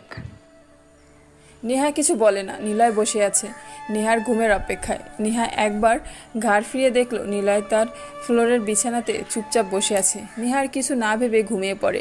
নিলয় কল দেয় ওদের গ্যাংয়ের কাছে। সবাই বাইরে অপেক্ষা করছে। নিলয় মাস্ক পরে নিয়ে বের হয়, হাতে কালো কভার গ্লোভস, কোমরে .52 ক্যালিভারের পিস্তল, কালো জুতো, প্যান্ট, সাথে কালো কভার রেড করা। সিয়াম মোর্শেদকে তুলে নিয়ে সোজা আশরাফ সাহেবের পুরনো বাংলাতে নিয়ে যেতে হবে। ওকে ভাইয়া, লেটস গো। কালো রঙের এবং বড় গাড়ি শাসা করে চলছে নির্দিষ্ট গন্তব্যে। 5 তলা বাড়িটার সামনে এসে থেমেছে। বাড়িতে বেশ শোনা যাচ্ছে কারা মোর্শেদের ছেলেকে খুব পিটিয়েছে। সেটা নিয়ে মোর্শেদ বেশ ক্ষেপে আছে। চিৎকার করে মোর্শেদ বলছে, কে আমার ছেলেকে মারতে পারে? হ্যাঁ, কার এত সাহস? তাই খুঁজে বের করে আমার পায়ের নিচে দেখতে চাই। সবাই বেশ উত্তেজিত। ঠিক এমন সময় কারেন্ট চলে যায়। আসলে নিলয়ের লোক মেইন গেটে গিয়ে কারেন্টের তার বন্ধ করে দেয়। আলোসজ্জিত বাড়িটি হঠাৎ করে অন্ধকারে ছেয়ে যায়। কালো পোশাক পরা কয়েকজন লোক বাড়ির ভিতরে ঢোকে। তারপর থপ করে একটা শব্দ হয়। এর কিছু সময় পর আবারও কারেন্ট চলে আসে, কিন্তু বাড়ির সবাই দেখে মোর্শেদ সাহেব বাড়িতে নেই। তিনি যেখানে দাঁড়িয়েছিলেন সেখানে লাল রক্ত পড়ে আছে। এত সিকিউরিটি থাকা সত্ত্বেও নিলয় ও তার গ্যাং এবং তার লোকজন মোর্শেদ সাহেবকে তুলে নিয়ে যায় তাদের গোপন আস্তানায়। মোর্শেদ সাহেবের ঘুম ভাঙে। মাথাটা প্রচণ্ড ব্যথা করছে তার। সামনের চেয়ারে 2 জন লোককেও বসে থাকতে দেখে। একজনকে সে বেশ ভালো করে চেনে। তিনি হলেন আশরাফ সাহেব, সাধারণ একজন মন্ত্রী। আর সেই মন্ত্রীর পাশে বসে আছে মাস্ক পরা একটি ছেলে। বুকটা মোর্শেদ সাহেব ছ্যাদ করে ওঠে, কারণ সে জানে এই গেটআপে কে থাকতে পারে, যাকে সবাই ভয় পায়। সে হলো নিলয়। মোর্শেদ সাহেবের চোখে পানি চলে আসে। আমতা আমতা করে বলে, আশরাফ, কেন করলে তুমি? আপনাকে বলেছিলাম মন্ত্রিত্বের সাথে ড্রাগস ব্যবসা করবেন না। আপনার জন্যই আমাদের পার্টির নাম খারাপ হচ্ছে। আর এর জন্য তো আমি ওপর লেভেলের নেতাদের টাকা দিই। আসলে মোর্শেদ স্যার, আমি আপনার জায়গাতে যেতে চাই। আপনার আসনে আমার দরকার। এখন আপনি থাকলে সেটা হবে না, তাই আপনাকে সরাতে হবে। কথাটা বলে আশরাফ নিজের কাছ থেকে পিস্তলটা বের করে মোর্শেদের দিকে তাক করে। গুলি চালাতে যাবে, ঠিক তখনই নিলয় থামিয়ে দেয়। মুখ থেকে মাস্কটি খুলে ফেলে মোর্শেদ সাহেব নিলয়ের দিকে তাকায়। দেখতে একদম হিরোদের মতো, লিলি পপ বয়। মুখে কোচা কোচা দাড়ি, চুলগুলো বড় হলেও বেশ গোছালো। চোখে মুখে সবসময় একটা মায়া লেগে থাকে ওর।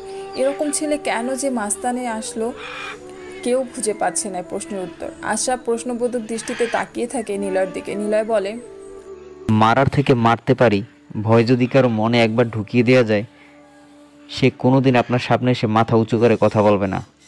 ছেড়ে দিন, ও আপনার জায়গা করে দেবে আর ড্রাগসের ব্যবসাও ছাড়বে। আর হ্যাঁ, মোরশেদ স্যার জিশানকে কারা মেরেছে এ নিয়ে আপনার ভাবতে হবে না। ওকে আমিই পিটিয়েছি। কেন পিটিয়েছি তার কারণও বলতে আমি বাধ্য নই।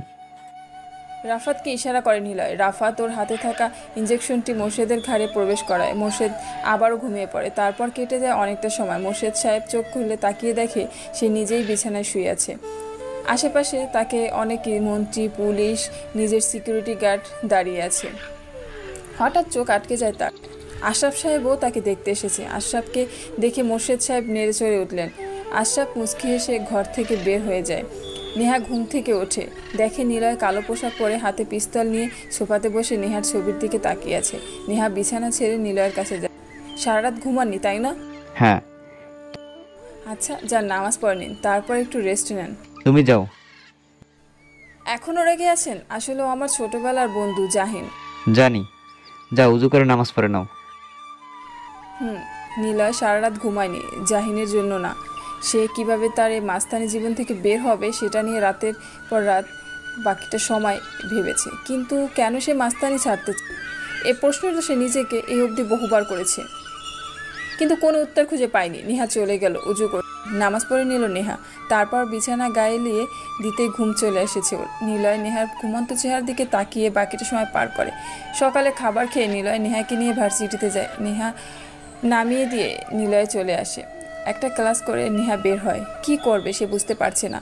একবার ভাবলো চুরি করে আব্বুর সাথে দেখা করে আসি, কতদিন তাকে দেখিনি, আবার জেনেও নিয়ে আসি নিলয়ের সাথে তার কী সম্পর্ক। ভার্সিটি থেকে আশরাফ সাহেবের পার্টি অফিস খুব বেশি একটা দূরে নয়, 15 মিনিটের রাস্তা। ভার্সিটি গেটে পা রাখতেই সামনে এসে দাঁড়ালো জাহিন। নেহা ওর দিকে বড় বড় চোখ করে তাকায়, কারণ জাহিনের হাতে পায়ে ব্যান্ডেজ। নেহা জাহিনের দিকে তাকিয়ে বলে, তোর আবার এই অবস্থা কেন? অ্যাক্সিডেন্ট করেছি তো তাই। তুই কোথায় যাচ্ছিস? আব্বুর সাথে দেখা করতে। কথাটা বলে নেহা পা বাড়ায়। জাহিন নেহার হাত ধরে ফেলে। নেহা রাগে চোখে জাহিনের দিকে তাকায়। জাহিনের দিকে তাকিয়ে নেহা কড়া গলায় বলে, আমার হাত ছাড়। না। জাহিন, আমার হাত ছাড় বলছি। কি হয়েছে তোর? আমার সাথে কেন এমন করছিস? নেহা ঝটকা দিয়ে হাত ছাড়িয়ে নেয়। নেহার দিকে জাহিন তাকিয়ে বলে, চল না, আমি পৌঁছে দিই তোকে। কেন রে, আমি কি বাচ্চা নাকি? নাকি আমি রাস্তা চিনি না? এমন কেন করছিস? তুই বকা দিলে আমার ভালো লাগে না। আচ্ছা চল, তবে অফিসের বাইরে আমাকে রেখে তুই চলে আসবি, ভিতরে যাবি না। ওকে। দুজনে মিলে অফিসে যায়। জাহিন ওকে নামিয়ে দিয়ে আসে। নেহা ওর আব্বুর অফিসের দিকে ঢোকে। এখানে নেহার সবাই পরিচিত, তাই সবার সাথে টুকটাক কথা বলতে বলতে পার্টি অফিসে একদম ভিতরে কেবিনে যায়। দেখে আশরাফ কার সাথে যেন কথা বলছে। শোনো, আমার মেয়েকে তোমরা কিছুই করতে পারবে না, কারণ এখন নেহা আমার কেবল মেয়ে নয়, সে এখন নীলয়ের বউ। আর তোমরা তো জানোই নীল কি করতে পারে। আর যদি বলেও আমার মেয়ের দিকে হাত বাড়িয়েছ, আর নীল যদি সেটা জানতে পারে তাহলে যে কি হবে সেটা আমি নিজেও জানি না। নেহা কিছু বলে না। এর মধ্যে আসলে একটা রহস্য আছে। নেহাকে তা নিজেরই উদ্ঘাট করতে হবে। নেহা আর তার আব্বুর সাথে দেখা না করে নদীর পাড়ে চলে আসে। নেহার এটি প্রিয় জায়গা। মন খারাপ বা ভালো থাকলে নেহা এখানে চলে আসে। নেহা তার আব্বুকে দেখতে গিয়েছিল যে তার জন্য তার আব্বুর মন খারাপ কিনা, কিন্তু নেহা যে দেখে তার আব্বু একদমই ভালো আছে, যেন নীলার কাছে থাকাটা নেহার সবচেয়ে ভালো পারফেক্ট জায়গা। এসব ভাবতে ভাবতে নেহা বসে পড়ে নদীর পাড়ে গাছের ছায়ায়। শান্ত পরিবেশ, গাছের ছায়াতে বসে আছে, ফিরফিরে বাতাস বইছে। নদীর পানির দিকে নেহা এক দৃষ্টিতে চেয়ে রয়েছে। সময়টা কখন যে পার হয়ে গিয়েছে নেহা টেরই পায়নি। এদিকে নীলয় ভার্সিটিতে এসে দেখে নেহা নেই। আফরিনের কাছ থেকে জানতে পারে নেহা অনেক আগেই বের হয়েছে। বেশ কিছু সময় খোঁজার পর নেহাকে নীলয় নদীর পাড়ে বসে থাকতে দেখে। নীলয় ধীরে ধীরে নেহার পাশে যেয়ে বসে। নেহা তখনও এক দৃষ্টিতে নদীর পানির দিকে তাকিয়ে আছে। নীলয় যে এসেছে সেটা সে খেয়ালই করেনি। নীরবতা ভেঙে নীলয় বলে, তার কতক্ষণ এখানে বসে থাকা হবে শুনি? নেহা চমকে ওঠে। পাশে তাকিয়ে দেখে নীলয় বসে আছে। নেহার চোখ দুটো বড় হয়ে আছে। অবাক চাউনি নিয়ে প্রশ্ন করে, আপনি এখানে? হ্যাঁ, কেন আর কি কেউ আসবে নাকি? না মানে আপনি এখানে কিভাবে এলেন? কেউ তো জানে না আমি এখানে। তোমার প্রতিটি পায়ের ধাপ আমার চেনা। তুমি কি খেতে ভালোবাসো, তুমি কি করতে ভালোবাসো, সবই আমি জানি। ও মন খারাপ? কেন? আচ্ছা আপনি বলেন আমাকে, আপনি কে? আর আব্বু কেন এতটা সুখে আছে আমি আপনার কাছে থাকছি বলে? ওনার কোনো চিন্তা নেই কেন? তুমি কি ওনার অফিসে গিয়েছিলে? নিলয় কিছুটা সময় নেহার দিকে রাগি চোখে তাকায়, তারপর বসা থেকে দাঁড়িয়ে রাগি ভঙ্গিতে বলে, সময় হলে সব জানবে। তবে আর কোনো দিন যদি আমাকে না বলে কোথাও যাও, তবে তোমার হাত পা একদম ভেঙে ফেলবো। আর একটু সময় দাও, তোমার আব্বুর কাছে তোমাকে ফিরিয়ে দেব। তোমার এটা ভাবতে হবে না, এখন বাসায় চলো।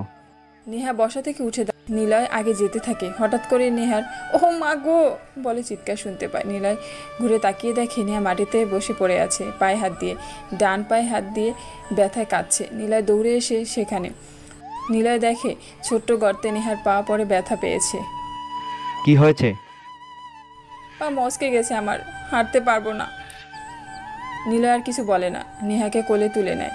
নেহা বড় বড় চোখে নিলয়ের দিকে তাকিয়ে আছে। নিলয় কোলে তুলে নিয়ে বলতে থাকে, নাকি হ্যাঁ, দেখে পা ফেলতে পারো না, সাবধানে হাঁটতে পারো না, নিয়ে কি করব আমি? নেহা মনে মনে হাসে, ছেলেটা কেমন যেন অসাধারণ। নিলয় নেহাকে কোলে তুলে গাড়িতে বসিয়ে দেয়। তারপর সোজা ডাক্তারের কাছে নিয়ে ঔষধ নিয়ে বাড়িতে আসে। তারপর প্রকৃতিতে রাত নেমেছে। সিয়াম, মাসুম আর রাফাত একটু ড্রিঙ্কস করে বাড়িতে এসেছে। এমন সময় সিলভার কালার একটি গাড়ি তাদের সামনে এসে দাঁড়ায়। তারা তিনজন খানিকটা অবাক চোখে তাকায় সামনের দিকে। মনে মনে ভাবে কি হতে পারে এভাবে গাড়ি থামিয়েছে। তখনই গাড়ি থেকে নামে জাহিন, সাথে কয়েকজন লোকও আছে। জাহিনের সাথে একটি পিস্তল আর বাকিদের হাতে হকি স্টিক। ওদের তিনজনের চোখ ছানা বড়া। জাহিন এসে বলে, তোদেরকে আমি চিনতাম না, তোদের সাথে আমার শত্রুতা কি সেটাই জানতাম না। তবে তোরা আমার বাবাকে বাড়ি থেকে তুলে নিয়ে গিয়েছিলে, মারছিলি ওনাকে খুব। আর কি যেন বলছিলি? হো হ্যাঁ, মনে পড়েছে। মারার থেকে মারতে পারি ভয়টা যতদিন থাকবে ততদিন সে আর মাথা উঁচু করে তাকাবে না। ওই শালারা, আমি মাথা উঁচু করে আসি, দেখি আমাকে মেরে দেখা। সিয়াম, মাসুম আর রাফাত উচ্চস্বরে হেসে ওঠে। জাহিন ওদের হাসির দিকে তাকিয়ে অবাক হয়। 10 জন লোকদের সামনে, এমনকি সবার হাতে অস্ত্র, তবু এরা হাসছে। জাহিন এই হাসির কারণ বুঝতে পারে না। মাসুম বলে, মাত্র 10 জন, হাতে অস্ত্র, ভাবছিস হাসছি কেন? কারণ তোকে বাঁচিয়ে নিয়ে যাওয়ার মতো এখানে কেউ দাঁড়িয়ে থাকবে না। আচ্ছা, তো কে মারবে? তোরা? আমরাই। কিসের এত সাহস তোদের? তোর এত বড় সাহস? নিলয়, দাঁড়া, কল করি। রাফাত নিলয়কে কল দেয়। এদিকে জাহিনের পিছনে যারা পাতিমাস্তান ছিল তারা নিলয়ের নাম শুনে কয়েক পা পিছিয়ে যায়, কারণ তারা জানে নিলয় আসলে কে। তাদের বসই তো নিলয়, কিন্তু তারা জাহিনের থেকে টাকা নিয়েছে, তাই পালিয়েও যেতে পারছে না। চুপ শালা, তোদের এখানে মেরে রেখে দিয়ে যাব, কেউ জানতেও পারবে না। তখনই জাহিন দেখে সামনে থেকে কারো বাইকের আলো তাদের দিকে তেড়ে আসছে। সিয়াম, মাসুম আর রাফাতের সামনে যে বাইকটা দাঁড়ায়, কালো বড় কোট, মুখে কালো মাস্ক। নিলয় বাইক থেকে নেমে দাঁড়ায়। পিছন থাকা পাতি মাস্তানগুলো ভয়ে দৌড়ে যায়। জাহিন আবার ভয়ে কাঁপতে থাকে। হাতে থাকা পিস্তলটি নিলয়ের দিকে তাক করাতেই সিয়াম তা লাথি দিয়ে কেড়ে নেয়। নিলয় বলে, সময় দিয়ে হবে না জাহিন, বাসায় যাও, তোমার বাবাকে ইচ্ছে করে তুলে নিয়ে যায়নি। এগুলো বড়দের ব্যাপার, তাই বলছি এই শেষ সুযোগ, পরে আর ফিরে যেতে পারবে না। জাহিনকে ওরা ওখানে রেখে চলে আসে। জাহিন কেবল হাবার মতো তাকিয়ে থাকে ওদের দিকে। কে এই আন্ডারওয়ার্ল্ড? কেন তার কথাতে চলে? কেন তাকে সবাই ভয় পায়? মাস্ক কেন পরে? সব জানতে হবে। জাহিন মনে মনে এসব কথা ভাবতে ভাবতে বাড়ির পথ ধরে। রাতের আকাশে কয়েকটা তারা, একটু মেঘের ছড়াছড়িতে চাঁদকে কেমন ঘোলাটে লাগছে। নেহা পড়ার টেবিলে বসে অকারণে নীলার কথা ভাবছে। কে উনি, আর আমাকে কি করে চেনে? আমার তো মনে হয় না আমি আগে তাকে কোথাও দেখেছি। তাহলে আচ্ছা, উনি আমাকে বিয়ে করলো কেন? আর জানলো কি করে আমি বাসা থেকে চলে এসেছি? আমাকে বিয়ে করে ওনার কী লাভ? আমার কাছে কী চাই উনি? আমি বাসা থেকে চলে এসেছি বিষয়টা তো কেবল আফরিন জানতো। তাহলে ওর কী ভাবছি এসব?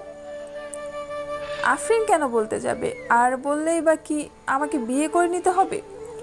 প্রশ্নগুলো বিড়বিড় করে নেহা পড়ার বইয়ের দিকে তাকিয়ে বলতে থাকে। নিলয় হাতে করে 1 গ্লাস দুধ নিয়ে ভিতরে এসে দেখে নেহা না পড়ে বাইরের দিকে তাকিয়ে আছে।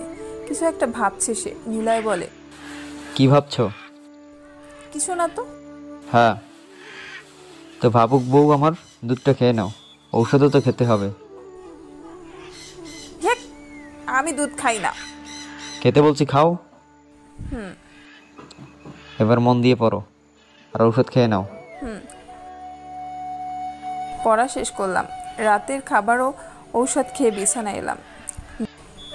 বালিশের বাম পাশে নীলয়ের ডায়েরিটা পড়ে থাকতে দেখে নেহা বিছানায় হেলান দিয়ে পুতুলটি আঁকড়ে ধরে ডায়েরির পৃষ্ঠা উল্টাতে থাকে। কয়েক পৃষ্ঠা পরেই লেখা, শহরটা অনেক বড়, শহরের মানুষগুলো কেবল নিজের কর্মসন্ধানেই ব্যস্ত।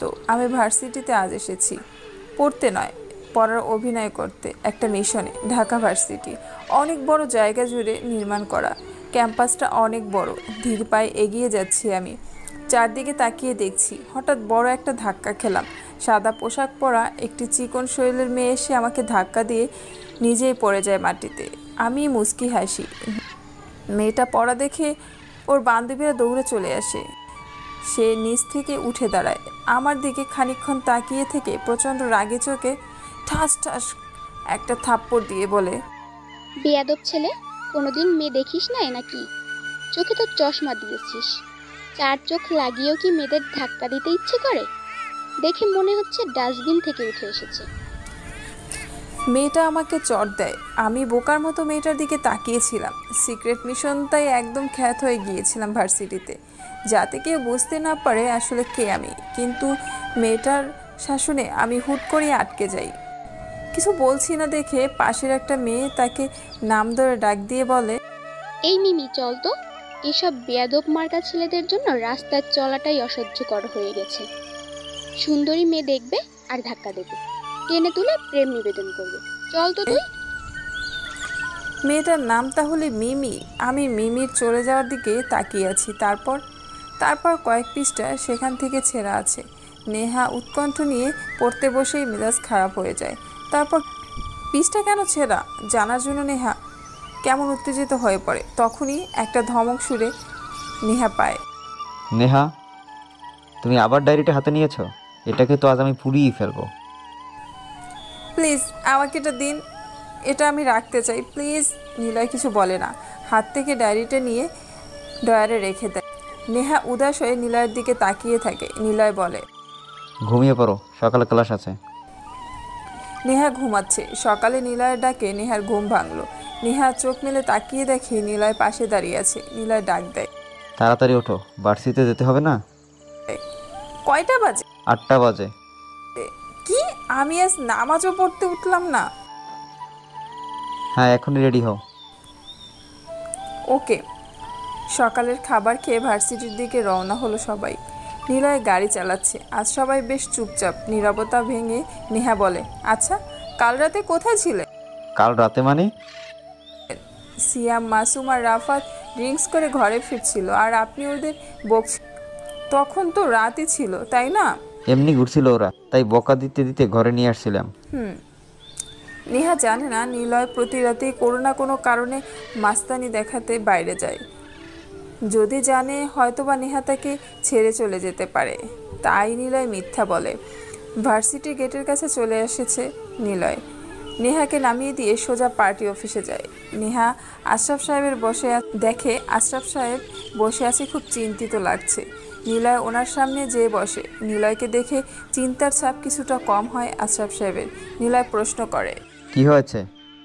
আসলে নিলয় নেহাকে তুলে নিয়ে যাওয়ার হুমকি দিয়ে কাল ফোন আসে। জানি। জানো মানে? হ্যাঁ, নেহা বলছিল। কি বলছো এসব? নেহা বলেছে মানে? হ্যাঁ, কালও আসছিল আপনার এখানে, আপনি তখন ফোনে কথা বলছিলেন। ও নো। ভয়ের কিছু নেই, ও জানে না খুব বেশি, আপনি সেটা নিয়ে ভাববেন না। তবে মোর্শেদের ছেলে জিহান বেশ ঝামেলা করছে। মেরে দাও, বাকিটা আমি দেখব। আপনি মেরে দিন, বাকিটা আমি দেখব। এখানে কোনো পুলিশ হয়নি নিলয়কে ধরবে। আশরাফ সাহেব কিছু বলে না। সে জানে নিলয়ের জন্যই এত দূর এসেছে। তাই তো সে প্ল্যান করে নেহাকে পার্মানেন্ট নিলয়ের কাছে পাঠিয়ে দিয়েছে, যাতে নিলয় নিজে থেকে আশরাফের সব কাজ করে দিতে পারে। নিলয় বলে, সব কিছু আমি দেখছি, আপনার ভাবতে হবে না, আসি। আশরাফ সাহেবের কপাল থেকে চিন্তার ছাপ চলে যায়, কারণ সে একমাত্র নিলয়কেই বেশি ভরসা করে, আর নিলয় কখনো ভরসার বিশ্বাস হারাতে দেয় না। নেহা একটা ক্লাস করলো। আজ আফরিন আসেনি ইউনিভার্সিটিতে, কিন্তু জিহান এসেছে। জিহান আসার কারণ আছে, কারণ মনে মনে জিহান নেহাকে একটু পছন্দ করে, এজন্যই জিহান কোনোদিন ক্লাস মিস করে না।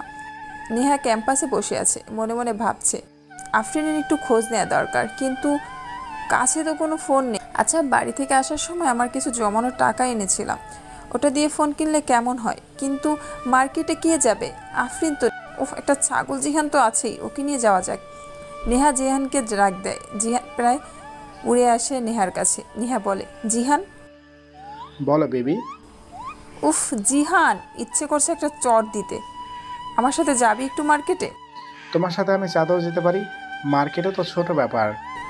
জিহান ফাজলামো রাখ, না হলে সত্যি দেব কষে একটা চট। আচ্ছা চল। তারপর দুজনে মার্কেটে যায়। ফোনের দোকানে প্রবেশ করে তারা। অনেক ফোন দেখে। জিহান যেটা পছন্দ করে দেয় সেটা নেহার আবার পছন্দ হয় না, আবার নেহা যেটা পছন্দ করে সেটা আবার টাকাতে হয় না। এমন করে অনেকটা সময় পার হয়। তারপর একটা ফোন দেখে যেটা দামে অল্প, নেহা এটাই নিতে যাবে, তখনই কে জানি পিছন থেকে নেহার হাত থেকে ফোনটা নিয়ে নেয়। এটা ভালো না, দামি ফোন দেখান। এই, আমার যেটা ভালো লাগে ওইটা নিব, আপনি? নেহা পিছনে তাকাতে তাকাতেই কথাটা বলল।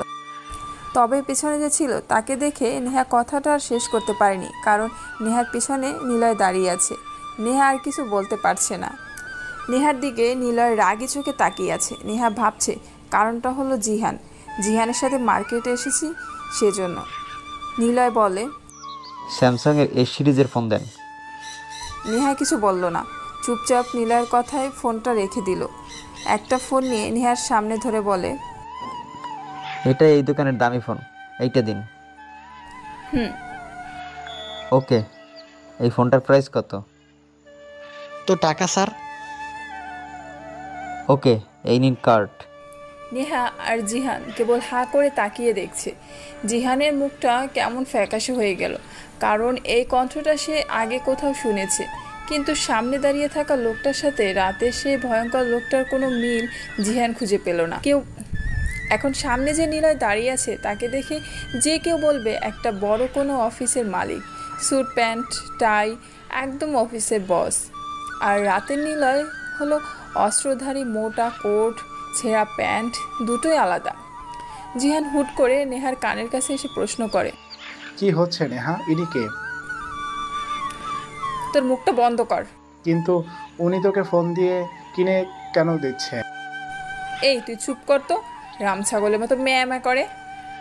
কিন্তু নিলয় ফোনের প্যাকেটটা হাতে নিয়ে ওদের দিকে তাকায়, তারপর হাসি হাসি মুখ নিয়ে নিলয় বলে, কি ব্যাপার, আস্তে আস্তে কথা বলছো? জোরে বলো, আমিও শুনি। আপনি কে বলুন তো? আর নেহাকে আপনি কেন ফোন কিনে দিলেন? এই তোরে না আমি চুপ থাকতে বললাম? বলছি আমি কে, চলো আমার সাথে। দোকান থেকে বের হতে 6 জন ছেলে রাস্তার পাশে বাইক নিয়ে দাঁড়িয়ে থাকতে দেখে তারা সবাই নেহার দিকে তাকিয়ে। লিডার গোছের একটা ছেলে নেহাকে নিয়ে টিজ করতে লাগে। ওরে কি মাল রে, দেখছিস? কথাটা শোনার সাথে সাথেই নিলয়ের মুখের রং পাল্টাতে শুরু করেছে। জিহান দৌড়ে ওদের দিকে তেড়ে যায়। জিহানকে কষে 2টা চড় দেয় ছেলেগুলো। রাস্তার প্রায় সব লোক সেদিকে তাকিয়ে আছে। নেহা জানে নিলয় কি করতে পারে। নিলয়ের হাত ধরে ফেলে নেহা। ছেলেগুলো আবার বলে, ওরে সাইদ, হিরো এসে আমাদের মারতে এসেছে রে। একটা মালে 2টা ভ্রমণ, আমাদেরকে একটু সুযোগ দাও, আমরা পাশে থাকি। নেহা শক্ত করে নিলয়ের হাত ধরে রাখে। নিলয় নেহার দিকে তাকিয়ে বলে, হাতটা ছাড়ো, আমি জানি কি করতে হবে। প্লিজ এখানে কোনো মারামারি করবেন না। আচ্ছা, করব না, আমি 2 মিনিট ওদের সাথে কথা বলবো, ছাড়ো। না, আপনি এখন শিওর ঝামেলা করবেন।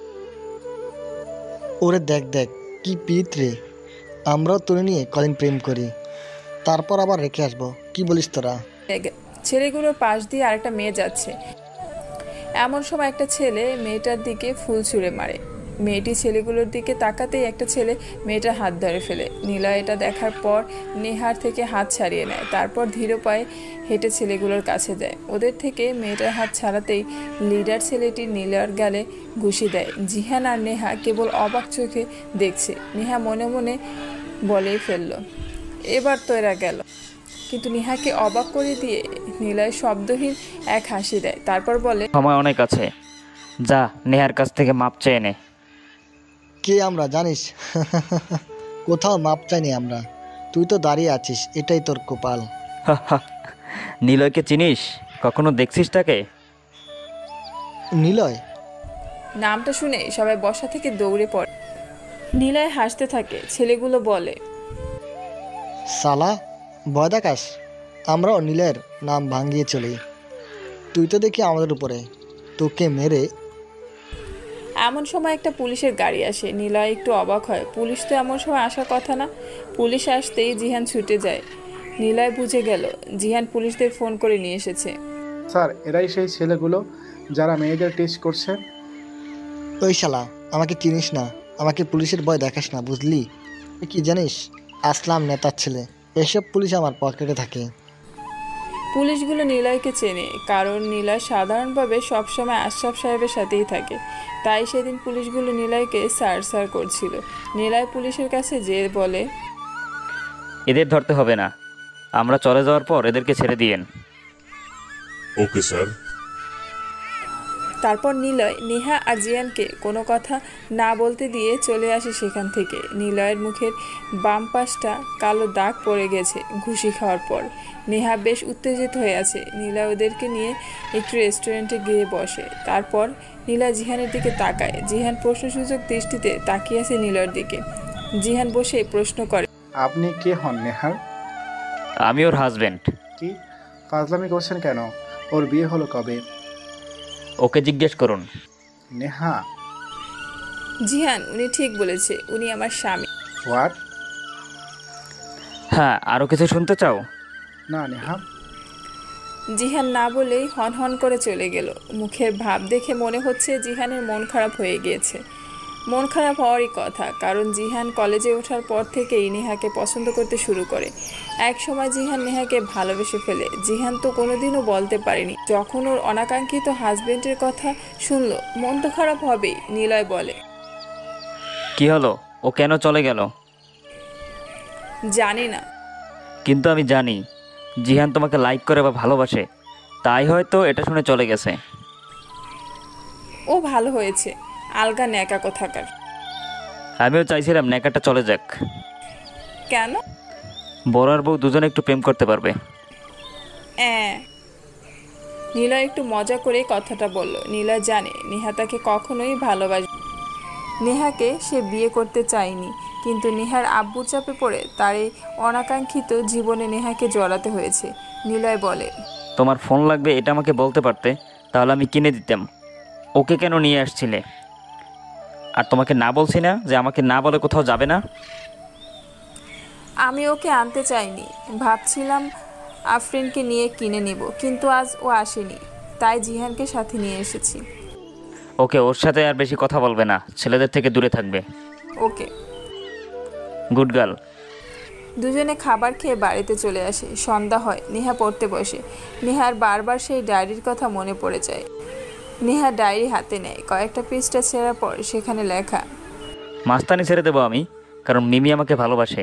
মিশনে এসেও আমি তাকে ভালোবেসে ফেলেছি, কিন্তু সে কি মেনে নেবে আমি একজন টপ মাস্তান? সে কি গ্রহণ করবে আমি তাকে ভালোবেসে সব ছেড়ে দিতে প্রস্তুত আছি? তারপর আবার কয়েক পৃষ্ঠা ছেঁড়া। নেহার ডায়েরির পৃষ্ঠা উল্টাতে লাগে। তখনই কারো পায়ের শব্দ ডায়েরিতে আবার আগের জায়গায় রেখে দেয়। নিলয় ঘরে প্রবেশ করে, পিস্তলটি হাতে নেয়, গায়ে কালো পোশাক। নেহা কিছু বলার আগেই নিলয় ঘর থেকে বের হয়। নিলয় বাড়ি থেকে বের হয়ে কল দেয়, সিয়াম, তোরা কই? ভাইয়া জায়গা মতোই আছি। নাম কি ওদের? ভাই, লিডারের নাম হলো মাহিম, আর বাকিদের দরকার নেই, ও কোনো নেতার ছেলে। ভাইয়া 2 বারের মন্ত্রী, জেলার প্রশাসকের ভাই মহিমের বাবা। ওকে থাক, আমি আসছি। নিলয় গাড়ি চালিয়ে গন্তব্যে যেতে থাকে। আজ যারা নেহাকে নিলয়ের সামনে টিজ করেছিল তাদের লিডার হলো মাহির। নেহা যে ভয় পাচ্ছিল সেটাই পূরণ হতে যাচ্ছে। তবে দেখার জন্য নেহা থাকবে না। তারপর সিয়াম, মাসুম, রাফাত আর আরও কয়েকজন ছেলে দাঁড়িয়ে আছে। নিলয়ের গাড়ির আলো দেখতে পায় তারা। নিলয় এসে থামে তাদের সামনে। মাহিন সহ মাহিনের ছেলেগুলো অবাক চোখে তাকিয়ে আছে। নিলয় গাড়ি থেকে নেমে হেঁটে তাদের কাছে যায়। তোদেরকে বলেছিলাম ভালোভাবে চলে যেতে, তারপর আমাকে মেরেছিলি। আমার কথাই শুনিস নাই। ভাইয়া সরি ভাইয়া, আপনাকে চিনতে পারিনি। তোদের কিছু বলতাম না যদি গালি না দিয়ে তোদের বাপের কথা না বলতিস। আমি না সহ্য করতে পারি না যদি কেউ বলে আমাকে চিনিস, আমি অমুক নেতার ছেলে, মাথাটা তখন গরম হয়ে যায়। তুই সেটাই বলছিলি। তোর চাচা নেতা, তোর বাপ নেতা, এই নে ফোন, কল দে, দিয়ে বল নিলয় তোকে ধরে এনে মেরে ফেলবে। দেখ কেউ আছে নাকি। কেউ আসবে না ভাইয়া।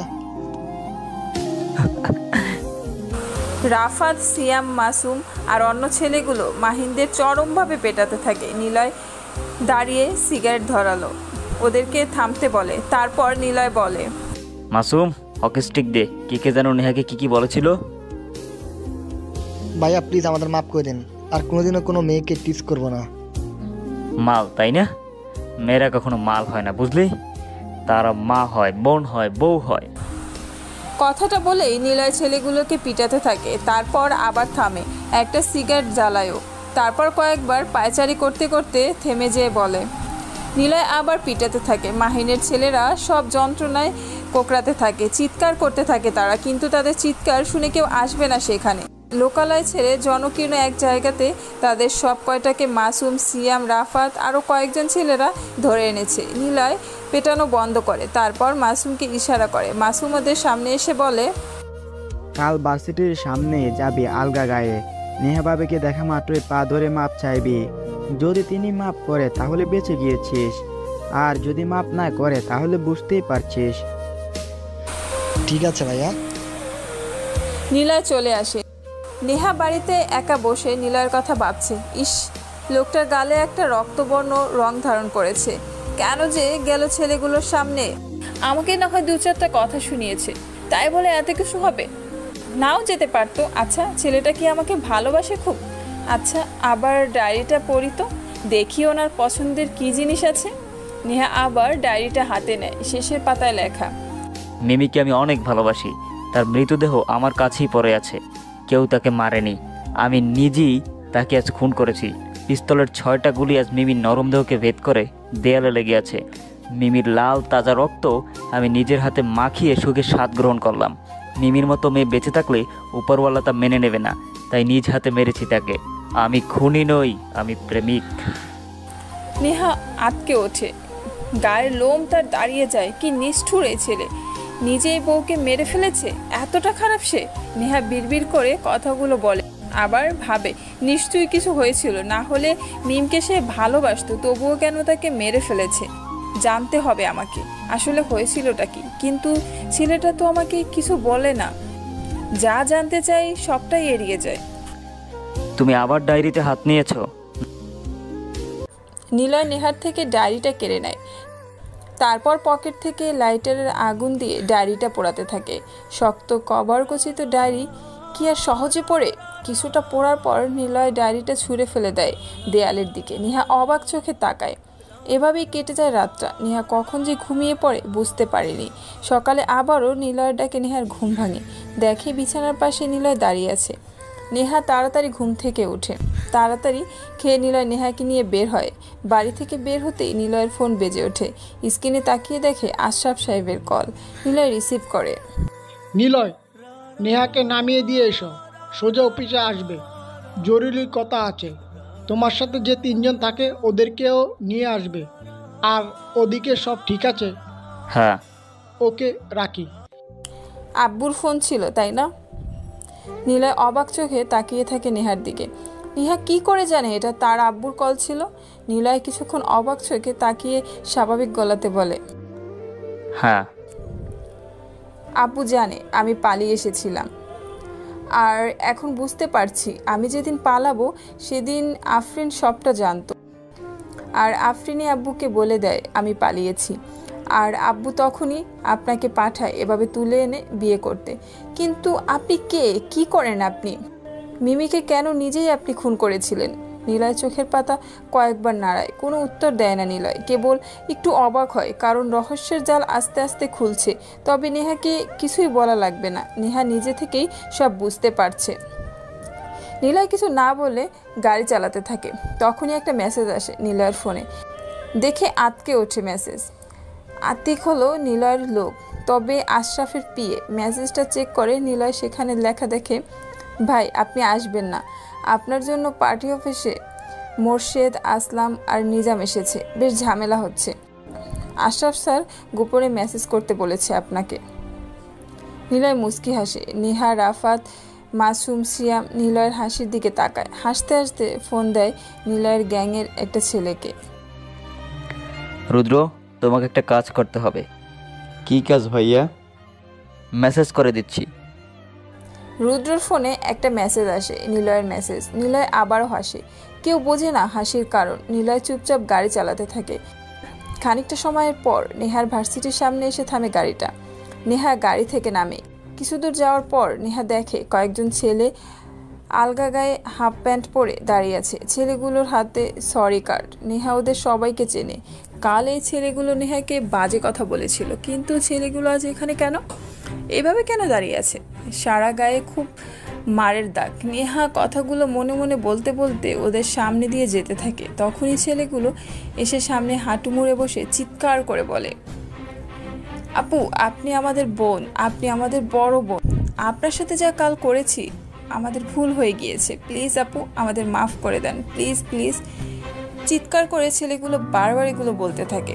নেহা সহ আশেপাশের মেয়েগুলো বেশ অবাক চোখে তাকিয়ে থাকে মাহিনদের দিকে, কারণ সব মেয়েরাই জানে এই মাহিনের গ্যাংরা মেয়েদের যেভাবে পায় সেভাবেই বাজে বাজে টিজ করে। কিন্তু আজ ওদের কি হলো? কেন ওরা নেহার কাছে মাপ চাচ্ছে? তবে যা করতেছে এতে করে সব মেয়েগুলো অনেক খুশি।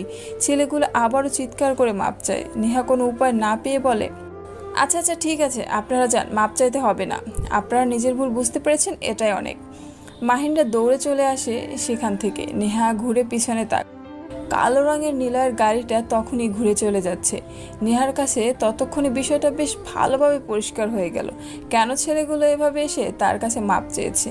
এর কারণ হচ্ছে নিলয়। নেহা কিছুটা স্বস্তির নিঃশ্বাস ফেলে, এটা ভেবে যে যাক, এমন একজন আছে যার কাছে আমি সব, আর সে আমার জন্য সব কিছু করতে পারে। আবার পরক্ষণে মনটা তার খারাপ হয়ে যাচ্ছে। সে ভাবে, এভাবে মারাটা কি ঠিক হয়েছে? না মারলেও তো পারতো, যদি ঝামেলা হয়। নেহা আর কিছু ভাবে না। সামনে এগোনোতেই অনেকগুলো মেয়ে এসে নেহাকে ঘিরে ধরে। নেহা সবার দিকে হাঁ করে তাকিয়ে থাকে। সব মেয়েগুলো একসাথে বলে ওঠে, থ্যাংক ইউ আপু, বেয়াদব ছেলেগুলোকে এভাবে শিক্ষা দেওয়ার জন্য। ওদের জন্যই আমরা রাস্তায় খুব একটা ভালোভাবে হাঁটতে পারতাম না। নেহা কিছু বলে না, আবারও একবার পিছনে তাকায় নিলয়কে আরও একবার দেখবে বলে। কিন্তু ততক্ষণে কালো রঙের গাড়িটা চলে গিয়েছে ভার্সিটি রোড থেকে। নেহা মুচকি হাসলো, আর হাসির রহস্য কেবল নিলয়। সব কিছু করেছে তো নিলয়। নেহা ভিতরে প্রবেশ করে আফরিনদের কল দেয়। কি হলো, ভার্সিটিতে এসে কল করলি কেন? তো কোথায় দাঁড়িয়ে করব, ডিজাইন কই? ওই যে আসছে। তবে তুই কি করেছিস? মেয়েগুলো তোকে এভাবে ঘিরে ধরেছে। সব পরে বলবো। জিহান আসছে, মুখটা বিষণ্ণ লাগছে তার। ধীর পায়ে হেঁটে নেহার কাছে আসে। কোনো প্রকার অন্য কথা না বলে সরাসরি জিহান বলে, তোকে অনেক অনেক ভালোবাসি আমি। তুই ওনাকে ছেড়ে দিয়ে আমাকে বিয়ে করবি। আমি তোকে অনেক ভালোবাসি আর তোকে অনেক হ্যাপি রাখবো। তুই কি পাগল হয়ে গেছিস? হ্যাঁ আমি পাগল, নেহার জন্যই হয়ে গেছি। আমি সারা রাত ঘুমাতে পারিনি, মেনে নিতে পারছি না নেহার বিয়ের ব্যাপারটা। আমি নেহাকে অনেক ভালোবাসি আফরিন, নেহা তোকে আমার চাইবে। নেহা জিহানের গালে কষে চড় দেয়। জিহান রাগে চোখে নেহার দিকে তাকায়। নেহা বলে, দেখ জিহান, আমি এখন বিবাহিত মেয়ে। তো মানে কি? ওই যা তো এখান থেকে, অসহ্য। নেহা আর আফরিন রাগ করে চলে যায় জিহান থেকে। এদিকে নিলয় আশরাফ সাহেবের পার্টি অফিসের সামনে এসে দাঁড়িয়েছে। আশরাফ সাহেবের পার্টি অফিসের সামনে অনেকগুলো গাড়ি দাঁড়িয়ে আছে, সাথে অনেকগুলো পুলিশের গাড়ি, বেশ কিছু পুলিশ আর বডিগার্ড। জারবো আছে কয়েক গাড়ি। রাফাত, সিয়াম, মাসুম ভয় আটকে ওঠে। সিয়াম বলে, ভাইয়া অফিসে যেতে হবে না, মহিমকে মারা ঠিক হয়নি। চুপ চালা, মারছি তো মারছি, এটা নিয়ে কথা কি স্যার? সমস্যা দেখছি খুব গুরুতর, সিয়ামের কথা শোনা উচিত। চুপ করতো রাপাত, আমি আর ভাইয়া যাব ভিতরে। যদি ভাইয়া যায় এত ভয় পাইলে মাস্তানি করতে হবে না। প্লিজ ভাই চলো, চলে যাই। নিলয় কিছু বলে না, কেবল শব্দ করে একটু হাসে। সবাই সে হাসির দিকে তাকায়। এরকম হট সিচুয়েশনে নিলয়ের মুখ ভর্তি মৃদু শব্দের হাসি মানেটা তারা বুঝতে পারে না। সবাই কেবল অবাক হয়ে চেয়ে থাকে। নিলয় সিগারেট জ্বালায়, নিকোটিনের সাদা ধোঁয়া উপরে ছেড়ে দিয়ে বলে, সবাই পিস্তলগুলো গাড়িতে রাখো। চুলগুলো যতটা পরিমাণ বখাটে টাইপের লাগে সেরকম করো। অফিসে ঢুকবো, সামনে চেক করবে। আমাদের ধরার জন্য মূলত এখানে আনা হয়েছে। আশরাফ সাহেব আমাদের বাঁচাতে পারবে না। তাহলে আমরা কেন যাচ্ছি নিচে থেকে? মাস্তানি করতে। নিলয় একটি হাসি দিয়ে গাড়ি থেকে নামে। পিছনে ওরা তিনজন নামে। নিলয় আগে হাঁটছে, বাকিরা নিলয়ের পিছনে আসছে। তিনজনের মুখে একটা মৃদু ভয়ের ছাপ, আর নিলয়ের মুখে হাসি, যেন কিছুই হবে না এমন একটা ভাব। অফিসে ঢুকতে যাবে তখনই তাদের দাঁড় করিয়ে চেক করে পুলিশ, কিন্তু কিছুই পায় না তাদের কাছে। আবার একটু এগিয়ে যায়, সেখানে জাবেরা চেক করে। আবার আগায়, শেষে নেতাদের বডিগার্ডরা চেক করে। তারপর ভিতর প্রবেশ করে। দূর থেকেই দেখে আশরাফ সাহেবের মুখে বেশ কড়াভাবে চিন্তার ছাপ। আশরাফ সাহেবের সামনে বসে আছে মোর্শেদ, আসলাম আর নিজাম, যারা খুব বড় মাপের। নিলয়কে দেখে আশরাফ সাহেবের একটু স্বস্তির নিঃশ্বাস ফেললেও নিলয়কে যে ধরে নিয়ে যাবে এটা ভেবে তিনি বেশ কিভাবে তাকে ছাড়াবে সে কখন থেকে ভাবছে আশরাফ সাহেব। নিলয় সোজা যে একটি চেয়ার টেনে বসে পায়ের উপর পা তুলে দেয়। সবাই তার দিকে বড় বড় চোখ করে তাকাচ্ছে। নিলয় পকেট থেকে একটা চুইংগাম বের করে চিবোতে থাকে। সবাই নিলয়ের অ্যাটিটিউড দেখে বেশ অবাক চোখে তাকিয়ে থাকে। মোর্শেদ সাহেব বলে, এই যে সেই বেয়াদবটা আমাকে তুলে এনেছিল, আমার ছেলেকেও মেরেছে। নিজাম ভাই, আমার ছেলেকে তো বেধড়কভাবে পিটিয়েছে। একে র্যাবের হাতে তুলে দিন। ভাই আপনার হয়তো ভুল। চুপ, তোমার জন্যই সে এত দূরে এসছে। তোমার নেতাগিরি বের করছি আমি। তোমাকেও পুলিশে দেবো, আর একে সোজা র্যাবের হাতে তুলে দেবো। গুলি খেয়ে রাস্তায় পড়ে থাকবে, শালা বেজন্মা একটা। নিলয় সুইংগাম চেবানো বন্ধ করে। বেজন্ম শব্দটা শোনা মাত্রই দৌড়ে যেয়ে আসলাম সাহেবকে ঘুষি দেয়।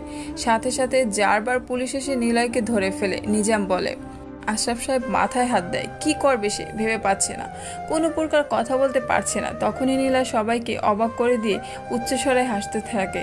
সবাই নিলয়ের হাসির দিকে তাকিয়ে নিলয় বলে, আমাকে মারার আগে নিজের কথা ভাবুন। এখানে আসার আগে চারপাশে বোম ফিট করে এসেছি। আমি মরলে সবাইকে নিয়েই মরব। অফিসার, একে নিয়ে এক্ষুনি বের হন এখান থেকে। চলুন চলুন, নাহলে বোম খেয়ে মারাই যাব। 1 মিনিট, এখানে এসেছে আপনার কথায়, আর বের হবেন আমার কথায়। নিলয় পুলিশদের থেকে হাত ছাড়িয়ে নেয়। তারপর পকেট থেকে ফোন বের করে, রুদ্রকে ভিডিও কল দেয়। তারপর নিজামকে বলে, দেখুন, আমি যদি এখান থেকে না বের হই তবে কেউ বাঁচবে না। আমার সাথে আপনারা সহ পরিবারের সবাই শেষ হয়ে যাবে। আর একটা কথা, আপনার সবারই গোপন একটা বিষয় আমার কাছে প্রমাণ হিসেবে আছে। যেমন মোর্শেদ হিরোইনের প্যাকেট নিয়ে খেলা করছে, আসলাম কোটি কোটি টাকা সরাচ্ছে, তার ভিডিও। মিস্টার নিজাম, আমাদের কাছে রোজ রাতে একটা করে মেয়ে আপনার পার্টি অফিসের পিছনে একতলা যে বাড়ি আছে সেই বাড়িতে যায় আর নিয়ে আসে, এবং সেই রুমের মধ্যে কি হয় তার ভিডিও সব কিছু ফাঁস করে দেয়। কি বলেন? কেউ কোনো কথা বলে না। সবাই সামনে বসা হিরোদের মতো দেখতে মায়াবী মুখের ছেলেটার দিকে তাকিয়ে আছে। নিলয় সুইংগাম চিবোতে থাকে আবারও। মোর্শেদ বলে, সরি নিলয়। নিজাম ভাই, একে ঘাটিয়ে লাভ নেই। যা হয়েছে প্লিজ ভুলে যান। আপনাদের ছেলে তো ভালো না। নিলয় যা করেছে ঠিক কাজ করেছে। আমার ছেলেকেও মাহিন মেরেছিল। চলুন চলে যাই। নিজাম আর আসলাম চলে যাওয়ার আগে নিলয়ের দিকে রাগে ঝুঁকে তাকায়। নিলয় হাসে, আর এক মুহূর্ত তারা না দাঁড়িয়ে চলে যায়। নিলয় বসা থেকে দাঁড়ায়, তারপর বলে, আর 1 মিনিট, আশরাফ সাহেব, এরপর ইলেকশনে বড় পদ দিতে হবে। প্রতিদ্বন্দ্বী হিসাবে কেউ দাঁড়াবে না ওনার বিরুদ্ধে, কথাটা যেন মনে থাকে। আজ রাতেই আততায়ীর হাতে নিজাম আর আসলাম খুন হবে। ওদের চোখ দেখে বুঝেছি ওরা নেহাকে কিছু একটা করবে, আর আমার পিছনে পড়ে থাকবে। আশরাফ সাহেব কিছু বলে না, তবে আশরাফ সাহেব এসে নিলয়কে জড়িয়ে ধরে। নিলয় ফোন বের করে রুদ্রকে বলে, সব ঠিক আছে, চলে আসো, আর নিজাম এবং আসলামের উপর নজর রাখো। আশরাফ বলে, সত্যি কি বোম লাগিয়ে এসেছ? আরে ধুর, এটা তো মিথ্যে কথা, তবে বাকি কথাগুলো সত্য। নিলয়, আজ তুমি কি চাও? আপনি কি চান? আমার কিছুই লাগবে না, কেবল রাতে আপনার আসতে হবে আমার বাড়িতে, বাকিটা ফোনে বলবো। নীলয় আশরাফ সাহেবের পার্টি অফিস থেকে বের হয়।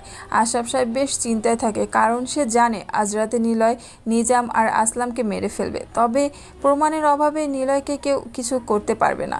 কেবল সন্দেহের বশে পুলিশ ধরতে আসবে, কিন্তু নীলয় কিছু করতে পারবে না।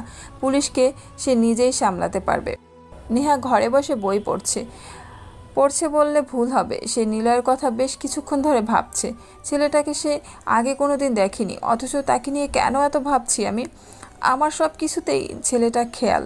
আমি কি করছি, কি খাচ্ছি, কি লাগবে, ঘুম থেকে ওঠা থেকে শুরু করে ভার্সিটি দিয়ে নিজের সমস্ত কাজে সে মাথা ঘামায়। পায়ে সামান্য একটু ব্যথা পেয়েছি দেখে ডক্টর ওষুধ সব কিছু নিয়ে একাকার করছে। আচ্ছা, ছেলেটা কি আমাকে অনেক ভালোবাসে?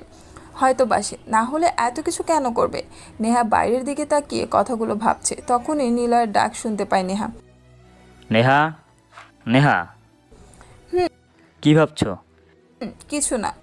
আমার কিউট বউটা তো ভাবুক কেন গো? বলো না কি ভাবছিলে? কিছু না। ওকে, নিচে চলো, তোমার জন্য একটা সারপ্রাইজ আছে, সেটা দেখবে। চলো। ঠিক আছে, চলুন। 1 মিনিট, তোমার চোখ বেঁধে নেই। নীলয় নেহা চোখ বেঁধে দেয়। তারপর নেহাকে অবাক করে দিয়ে নীলয় নেহাকে কোলে তুলে নিয়ে নিচে নামে। কোল থেকে নামিয়ে চোখের বাঁধন খুলতেই দেখে সোফাতে বসে দুজন বৃদ্ধ বৃদ্ধা। নেহা তাদের দুজনকে বেশ ভালো করে চেনে, নেহার নানু ও নানি। নেহা একটা চিৎকার দিয়ে ওঠে খুশিতে, দৌড়ে যায় তাদের কাছে। খুশিতে তাদেরকে জড়িয়ে ধরে নেহা, কান্না করতে করতে বলে, তোমরা এখানে? আমাদের বাড়িতে আমরা থাকবো না তো কে থাকবে পাগলি? তোমাদের বাড়ি মানে? এটা তো ওনার বাড়ি। দূর পাগলি, এটা আমাদের বাড়ি, নিলয়ের বাড়ি।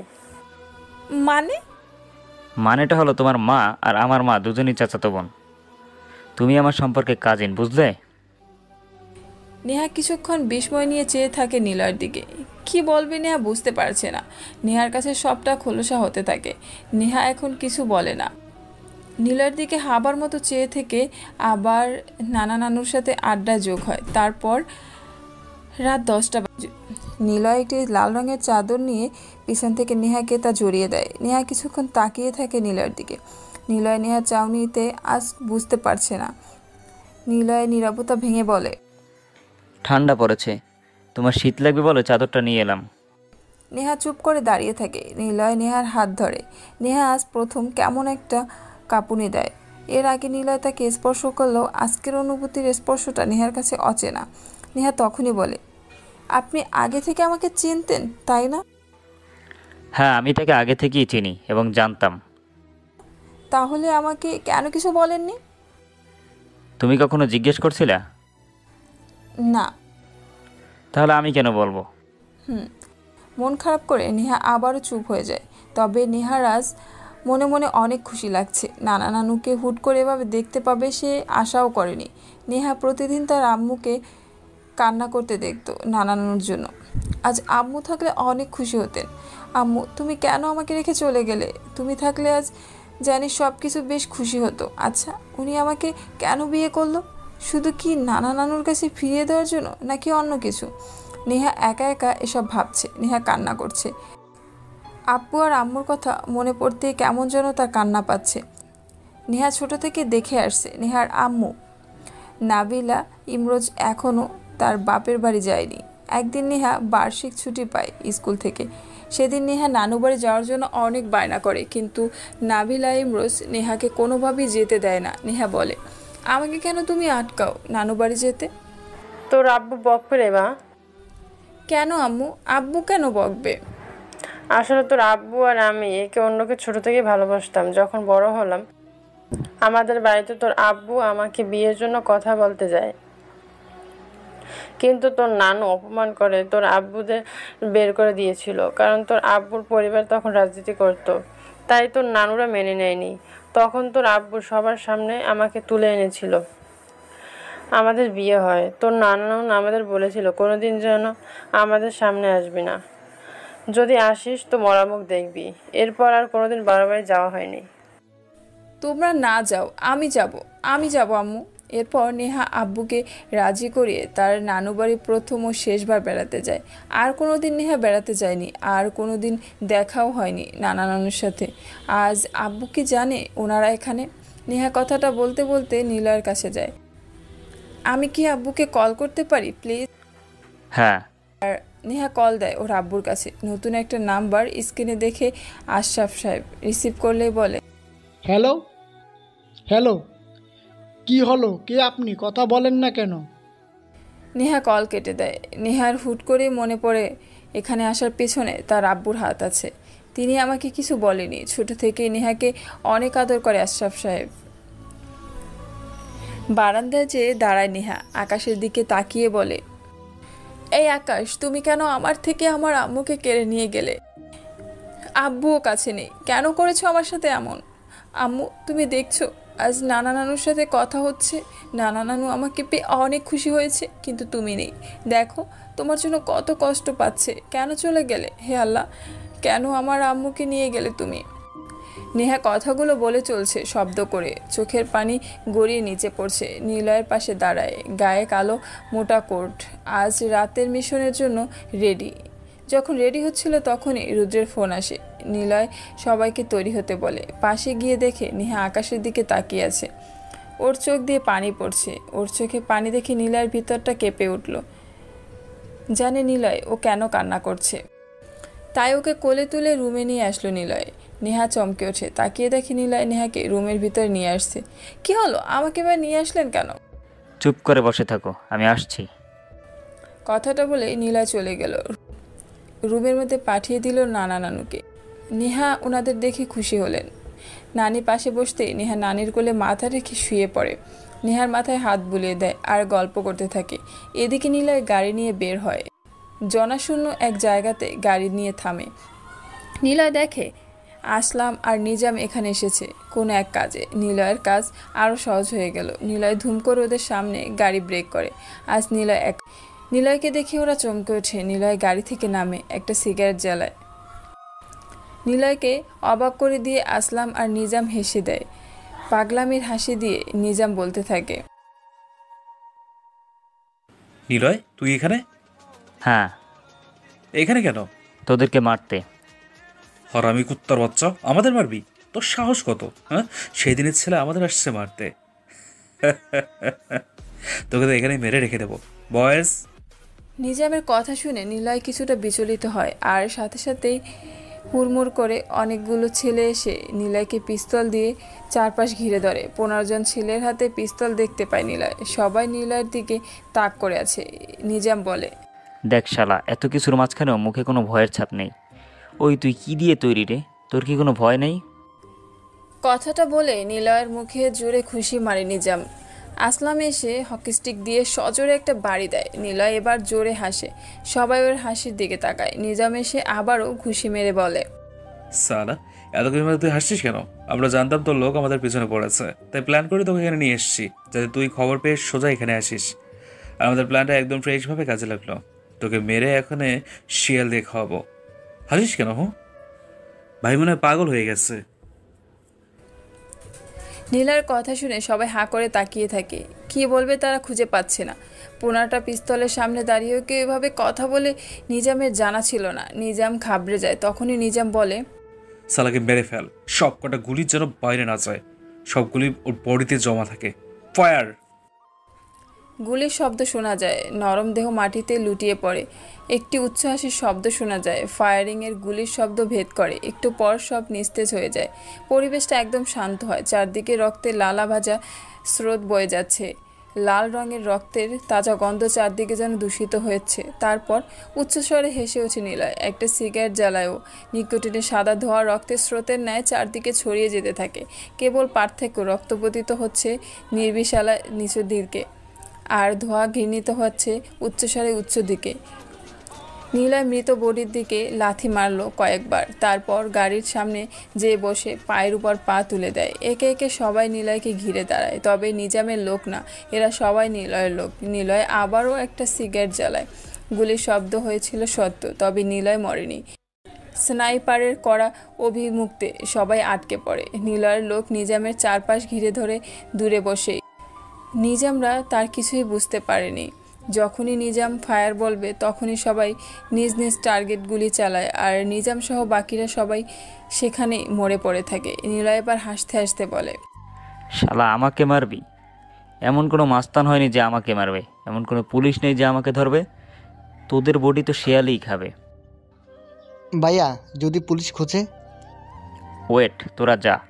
রুদ্র, তুমি এখানেই থাকো, আমি দূরে থাকছি। ফোন বের করে পুলিশকে কল দাও। রুদ্র ফোন বের করে, তারপর পুলিশকে কল দিয়ে বলে, স্যার আমি রুদ্র বলছি, এখানে খুন হয়েছে। কিছু সময় পর পুলিশ আসে। রুদ্র সেখানেই দাঁড়িয়ে থাকে। মাস্ক পরা নিলয় লোক আর সাধারণ নিলয় আর মাস্ক পরা নিলয়ের লোকের মধ্যে পার্থক্য অনেক। পুলিশ এসে জিজ্ঞাসা করতেই রুদ্র বলে, আমি রাস্তা দিয়ে যাচ্ছিলাম, এই যে বাকি লোক পড়ে আছে, তারা এই দুজনকে পিস্তল দিয়ে গুলি করে, তারপর একটা বাইকে সে আবার এদেরকে মেরে দিয়ে চলে যায়। আমার মনে হয় স্যার, যারা বাইকে ছিল তারা এই দুজনের লোক হবে। তাদেরকে চিনি না আমি স্যার। আমি এখানে এসে আপনাদের ফোন দেই।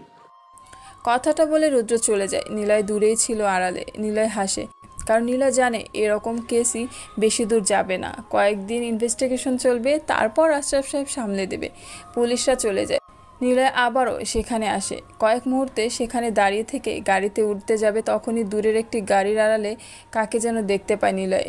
নিলয় ধীরে ধীরে সেদিকে যেতে থাকে, আর সেই অচেনা কেউ ততই জোরে হাঁটতে থাকে। নিলয় বুঝতে পারে এটি একটি মেয়ে। দূর থেকে সব দেখছে। নিলয় পেছনে যায়, কিন্তু ঘন জঙ্গলের কারণে মেয়েটা হারিয়ে যায়। নিলয় কিছু সময় চিন্তা করে, তারপর চলে আসে গাড়ির কাছে। নিলয় এখানে আসা শুরু থেকেই মেয়েটা ছিল। সে নিলয়ের সব কিছু রেকর্ড করেছে, কিন্তু কে হবে সেই মেয়েটা? নিলয় এসব ভাবতে ভাবতে বাড়িতে আসে। সকালে ঘুম থেকে উঠে নেহা দেখে নিলয় ফ্লোরে ঘুমাচ্ছে, মুখে মারের চিহ্ন, যেন মনে হচ্ছে কে যেন খুব জোরে কয়েকবার ঘুষি মেরেছে নিলয়কে। নেহা তাকে ডাক দেয়, এই যে শুনছেন, এই যে মিস্টার। হ্যাঁ বলো। কি হয়েছে আপনার? কই? মুখে মারের দাগ। নিলয় চমকে ওঠে। রাতে ভয় পেয়ে নিলয় ডাক্তারের কাছে যায়নি। মনে পড়ে যায় রাতের ঘটনা। একটা অচেনা মেয়ে আমার সব কিছু ফলো করলো। কে হবে? তার কাছে আমার রাতের নিজাম আর আসলামের খুনের প্রমাণ আছে। সে সব দেখেছে। আচ্ছা, যদি সে সব বলে দেয়, কে হবে মেয়েটা? নিলয় কিছু সময় ঘুমের ঘোরে এসব কথা ভাবতে থাকে। কি হলো বলুন? না কিছু না, ওই আমরা সবাই মিলে গতকাল রাতে একটু মজা করছিলাম, তাই হয়তো লেগে গিয়েছে। নেহা বুঝতে পেরেছে নিলয় তাকে স্পষ্ট মিথ্যা বলেছে, কিন্তু নিলয় তা এড়িয়ে যাচ্ছে দেখে নেহা আর কিছু বলে না। সকালে নাস্তা করে বাড়িশুদ্ধ লোক নেহার মায়ের কবরের কাছে গেল। নেহা কিছু সময় মায়ের কবরের সামনে দাঁড়িয়ে থেকে খেয়াল করে নানা তেমন একটা কান্না না করলেও অনেক কষ্ট পাচ্ছে। আসলে পুরুষ মানুষ এমনই হয়, তাদের বুক ফেটে যায় কিন্তু মুখ দিয়ে কিছু প্রকাশ করতে পারে না। তবে নেহা আজ আর কান্না করেনি, কিন্তু নানু কান্না করেছে খুব। নানুর কান্না দেখে নেহার কান্না বন্ধ হয়ে যায়। একটা মায়ের কাছে তার সন্তান না থাকার কষ্টটা শুধু একজন মাই বলতে পারবে। নিজের মায়ের মৃত্যু হবে এটা উনি কখনোই ভাবে নাই। আসলে মানুষের আসার সিরিয়াল আছে, কিন্তু যাওয়ার কোনো সিরিয়াল নেই। মানুষের মৃত্যু কখন হবে কেউ বলতে পারে না। বিকালে নেহাকে বাসায় রেখে নিলয় আশরাফ সাহেবের অফিসে যায়। নিলয়কে দেখে আশরাফ সাহেব, কারণ নিলয়কে যতটা শান্ত সাধারণভাবে তেমনই তাকে ঘাটালে ততটাই সে ভয়ঙ্কর। আজকের পত্রিকা পড়ে আশরাফ সাহেব বুঝতে পারল। নিলয় আজ পত্রিকাতে কি লিখেছে দেখেছ? না, কি লিখেছে? লিখেছে আসলাম ও নিজামের মধ্যে অনেকদিন যাবৎ টাকা নিয়ে ঝামেলা থাকায় আসলাম ও নিজামের মধ্যে এক বিশাল ঝামেলা হয়। ঝামেলাটা হয় জাগাতে, সেখানে নিজেরাই নিজেদের লোকদের খুন করেছে। নিলয় হাসে, পত্রিকাটা হাতে নেয়। প্রথম আলোর প্রথম পেজে কাল রাতের খুনের ঘটনা বর্ণনা করা প্রতিবেদন করেছে শুভ নামের একটি ছেলে। নিলয়কে কল দেয়। গুড, সময় মতো পারিশ্রমিক পেয়ে যাবে। নিলয় ফোন কেটে দেয়। আপাতত খুনের বিষয়টা নিলয় চাপা দিয়েছে। নিলয় অফিস থেকে বের হয়। নিলয়ের মুখে মারের দাগ দেখে সবাই অনেক প্রশ্ন করে, কিন্তু নিলয় তা এড়িয়ে যায়। নিলয় গাড়ির কাছে আসতে চমকে যায়। নিলয়ের সিটে কিছু একটা দেখতে পেল। হাতে নেয়ও, দেখে একটি খামের মধ্যে কিছু ছবি। নিলয় বের করে দেখে কাল রাতে ঘটনার কেউ ছবি তুলে নিলয়কে পাঠিয়ে দিয়েছে। নিলয়ের গলা শোকাতে থাকে, মুখের রং আবার চেঞ্জ হয়, কেমন যেন ঘোরের মধ্যে পড়ে যায়ও। মাসুমকে কল দিয়ে সবটা বলে নিয়ে আর এটা বলে জলদি খোঁজ নে কে হতে পারে। তারপর গাড়ি চালিয়ে বাড়িতে আসে। বিকাল গড়িয়ে রাত হয়। নেহা বই পড়ছে, সাথে নানু আর নানি বসে আছে। নেহা বই পড়ছে আর মাঝে মাঝে নানু নানিদের খুনসুটি দেখছে। কিছু সময় পর নেহা শুনতে পায় নিলয় তাকে ডাকছে। নেহা, নেহা নিচে আসো, নানা নানুকেও নিয়ে আসো। সবাই উপর থেকে নিচে আসে। নেহা সিঁড়ির কাছে এসেই অবাক চোখে তাকায়। পেছনে নেহার নানা নানু অবাক হয়ে তাকিয়েছে, কারণ সোফাতে বসে আছে আশরাফ সাহেব। নেহা দৌড়ে আসে তার আব্বুর কাছে, নেহাকে জড়িয়ে ধরে আশরাফ সাহেব। পিছনে তাকিয়ে দেখে তার শ্বশুর শাশুড়ি দাঁড়িয়ে আছে। নেহাকে ছেড়ে তাদের পায়ে হাত দিয়ে সালাম করে আশরাফ সাহেব। আশরাফ সাহেব শাশুড়িকে বলে, এত অভিমান তোমাদের, মেনে নেয়নি বলে একবার কি বলা যেত না? মা, নাবিলা মারা গেছে, আপনারা আসুন। অন্যদের থেকে খবর নিতে হয়, আর একবারও কি ফিরে যেতে পারবে না আমাদের কাছে? আজ এসেছো দেখতে। কিন্তু আপনার এখানে আমি নিজেই তো তা জানি না। আশরাফ সাহেব জানেন নিলয় তার বউয়ের চাচাতো বোনের ছেলে। নিলয়ের সাথে পরিচয় কিভাবে সে অনেক কথা। আশরাফ সাহেব নিলয়ের দিকে তাকায়। নিলয় বলে, এমনি এমনি বলিনি, আমি আসলে আপনাদের সবাইকে আগে থেকে চিনতাম। ছোটবেলার কয়েকটা বছর তো মায়ের বাবার বাড়িতেই কেটেছিল আমার, সেখানে আপনার ব্যাপারে জানি। মা, বাবা, আমাকে মাফ করে দিন প্লিজ। সবাই খুশি মনে গল্প করে। নেহা আজ অনেক খুশি। গল্পের ফাঁকে ফাঁকে নেহা উচ্চস্বরে হাসছে। নিলয় তা দেখছে। নেহা আর চোখে তাকাচ্ছে নিলয়ের দিকে। নিলয় তা খেয়াল করে চোখ সরিয়ে নিচ্ছে অন্যদিকে। এক সময় রাতের খাবার সময় হয়, সবাই খেতে বসে। সবাইকে নেহা খাবার বেড়ে দিল। নিলয় খাবার না নিয়ে চুপচাপ বসে আছে। নেহা বলে, আপনি খাবেন খাবো যদি কেউ তারটা থেকে ভাগ দেয়। না? সবাই হাসছে। সবাই ভেবে নিয়েছে নিলয় আর নেহা একটা গুড কাপল, কিন্তু তারা জানে না এখনও নেহা নিলয়কে মেনে নেয়নি। আর নিলয় বুঝতে পারছে না নেহাকে সে আসলেই খুব বেশি ভালোবেসেছে কিনা। নেহার প্লেটের ভাত আর তরকারি অর্ধেক নিলয়কে দিতে দিতে ভাবে, দিয়েই দিলে কি হবে, উনি তো আমার হাজবেন্ড। নিলয় বলে, না, বেড়ে দেওয়া লাগবে না, আগে তুমি খাও পরে আমি খাবো। নেহা কিছু বলে না, একবার সবার দিকে তাকিয়ে নিল। সবাই হাসি মুখে খাবার খাচ্ছে আর নেহার দিকে তাকাচ্ছে। নেহা কিছু না বলে তাড়াতাড়ি নিজের প্লেটের খাবার খেয়ে নিল। সবাই ঘুমাতে চলে গেলেন। আশরাফ সাহেবের সাথে কিছু কথা বলে নিলয় রুমে আসল। দেখে নেহা ঘুমিয়ে পড়েছে। নিলয় আর তেমন কিছু না ভেবে ঘুমিয়ে পড়ল। নেহা আজ মাঝরাতে ঘুম ভেঙে যায়। নেহা দেখে নিলয় ফ্লোরে ঘুমাচ্ছে, অনেক কষ্ট হচ্ছে, শীতে কাঁপছে। তাই নেহা একটা চাদর দিয়ে নিলয়ের গায়ে জড়িয়ে দিল। তারপর আবার ঘুমিয়ে পড়ে। সকালে ঘুম থেকে উঠে নিলয় দেখে গায়ে চাদর। নিলয় মনে করার চেষ্টা করে সে, আমি তো ঘুমিয়েছিলাম চাদর ছাড়াই, তবে কি নেহা চাদর দিয়ে গেছে? হ্যাঁ, মনে হয়। থাক, আমার জন্য একটু মায়া তো আছে, এটাই অনেক। তবে একদিন তুমি আমাকে খুব ভালোবাসবা, সেদিন বেশি দূরে নাই। নিলয় ভাবতে ভাবতে ফ্রেশ হতে থাকে। ফ্রেশ হয়ে নেহা ভার্সিটির জন্য বের হয়। তখনই নিলয় বলে, তুমি কি আজ একা একা যেতে পারবে? হুম। ওকে, তাহলে যাও, ড্রাইভার তোমাকে নিয়ে। তোমার আব্বুর সাথে অফিসে যাব, একটু কাজ আছে। আসার সময় আমাকে ফোন দিও, আমি নিয়ে আসবো। ওকে ওকে। নেহা ভার্সিটিতে এসে দেখে আর ফ্রেন্ড দাঁড়িয়ে আছে। নেহা ওর কাছে যেয়ে বলে, কি রে, কি অবস্থা তোর? এই তো ভালো, তুই কেমন আছিস? অনেক ভালো। জানিস নিলয় আমার কাজিন হয়। কিভাবে? আমার আম্মু আর নিলয়ের আম্মু চাচাতো বোন ছিলেন। আমি আজ অনেক হ্যাপি, তোকে বুঝাতে পারবো না। বাহ, বেশ তো, চল আমাকে ট্রিট দিবি। আজ বিয়ে করেছিস, সেটাও ট্রিট দিবি। ওকে চল। আরে আমিও আছি, আমাকে রেখে তোরা কই যাস? শান্তা, তুই গ্রাম থেকে কবে আসলি? আজ আসলাম। ও, তাহলে চল, ভালোই হলো তুই চলে আসলি। শান্তা চল। তা ক্যান্টিনে যাবি তো? ওরা তিনজন রেস্টুরেন্টের উদ্দেশ্যে বের হয়। হঠাৎ আফরিন বলে, দোস্ত, কারা যেন আমাদের ফলো করছে। নেহা তাকিয়ে দেখে চারজন অপরিচিত লোক তাকে ফলো করছে।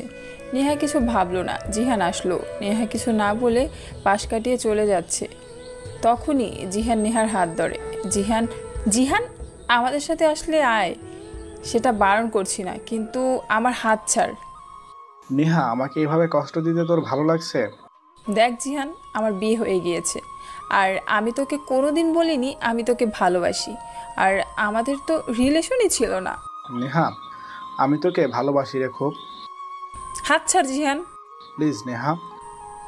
জিহানকে আবারও চড় দেয় নেহা। জিহান গালে হাত দিয়ে হনহন করে চলে যায় সামনে থেকে। নেহা কিছু আর না বলে রেস্টুরেন্টের দিকে যায়। দূর থেকে 4 জন ছেলে তখন তাদেরকে ফলো করছে। যখন রেস্টুরেন্টে যেয়ে বসে তখন সেই 4 জন লোক তাদের ফলো করতে করতে সেখানে আসে। নেহাদের থেকে একবারের জন্য হলেও তারা চোখ সরাচ্ছে না। কে তারা, কী বা চায় তারা?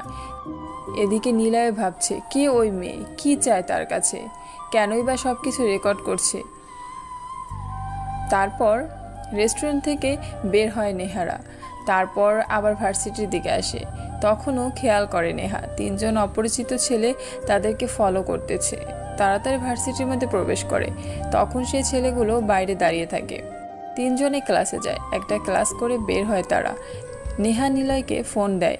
কিছুক্ষণ পর নিলয় আসে ভার্সিটিতে। তখনই শান্তা বলে, দোস্ত ক্রাশ খাইছি। ক্রাশ খাইছে মানে? ও কিন্তু আমার, আমি আগে ক্রাশ খাইছি। আরে কে বলবি তো? তখনই নেহা সামনে তাকিয়ে দেখে নিলয় দাঁড়িয়ে আছে। ব্ল্যাক জিন্স, সাদা শার্ট, কোট হাতে, চোখে ব্ল্যাক সানগ্লাস, সব মিলে পুরো হিরোদের স্টাইলে দাঁড়িয়ে আছে। নেহা আশেপাশে তাকিয়ে দেখে সব মেয়েরা হাঁ করে তাকিয়ে আছে নীলার দিকে। এটা দেখে নেহার মেজাজ গরম হয়ে গেল। রাগে মুখে বিড়বিড় করে বলল, কে বলেছে এখানে এত ঢং করে আসতে? কি রে নেহা, কোথায় হারিয়ে গেলি তুই হঠাৎ? শান্তার কথায়? কিছু না, বল। দোস্ত এটার দিকে তাকাস না, এটা আমার ক্রাশ, তোর দুলা ভাই লাগে। ইস কি হ্যান্ডসাম। নেহা নজর দিস না। শান্তা, থাপ্পড় দিব তোকে। আরে তোরা থাম, কি শুরু করলি বলতো? আর শান্তা না জেনে শুনে কিসের এত ক্রাশ তোর? দোস্ত এটাই শেষ ক্রাশ, আর কাউকে লাগবে না। নেহা রাগে চোখ মুখ লাল করে ফেলছে। কিন্তু কেন সে রেগে যাচ্ছে? তবে কি নিলয়কে সে চায়? তবে কি নিলয়কে সে ভালোবাসতে শুরু করেছে? নেহা এসব ভাবছে না, কেবল ভাবছে এই শান্তাকে সে গুলি করে মারবে। এমন সময় নিলয় হাত নাড়িয়ে হাই বলল। তখনই শান্তা হাসি মুখে বলল, দোস্ত দেখ আমাকে হাই বলছে। এটা তোকে না, নেহাকে বলেছে। আফরিন, তুই সব সময় নেহার পক্ষে কথা বলিস কেন? এটা আমাকে বলছে। হ্যাঁ তোকেই তো বলছে, তুই তো ওনার বিয়ে করাবো। মানে এমন রেগে যাচ্ছিস কেন? মনে হয় এটা তোর হাজবেন্ড। নিলয় অনেকক্ষণ হলো হাই দিয়ে দাঁড়িয়ে আছে, কিন্তু নেহার কোনো প্রকার সাড়া পেল না। কিছুটা বিচলিত হলেও সে দেখছে নেহা অনেকক্ষণ ধরে ওর ফ্রেন্ডদের সাথে কিছু নিয়ে তর্ক করছে। তাই নিলয় এবার ওদের সামনে যেতে থাকে। কি ব্যাপার নেহা, এমন হট মেজাজ কেন হচ্ছে তোর? আফরিন, ওকে কিছু বল তুই, না হলে কিন্তু আমি ভুলে যাব আমার ফ্রেন্ড। ওকে আমি দেখছি। শান্তা শোন। চুপ কর আফু, আমার ক্রাশ এই দিকে আসছে। সবাই নিলয়ের দিকে হাঁ করে তাকিয়ে আছে। নিলয় আশেপাশে তাকিয়ে দেখে অনেক মেয়ে আজ নিলয়ের দিকে বেশ কিছু সময় ধরে তাকাচ্ছে। তাই নিলয় আরেকটু স্টাইলে হাঁটতে হাঁটতে নেহার দিকে আসছে। তখনই নিলয় নেহার সামনে দাঁড়িয়ে বলল,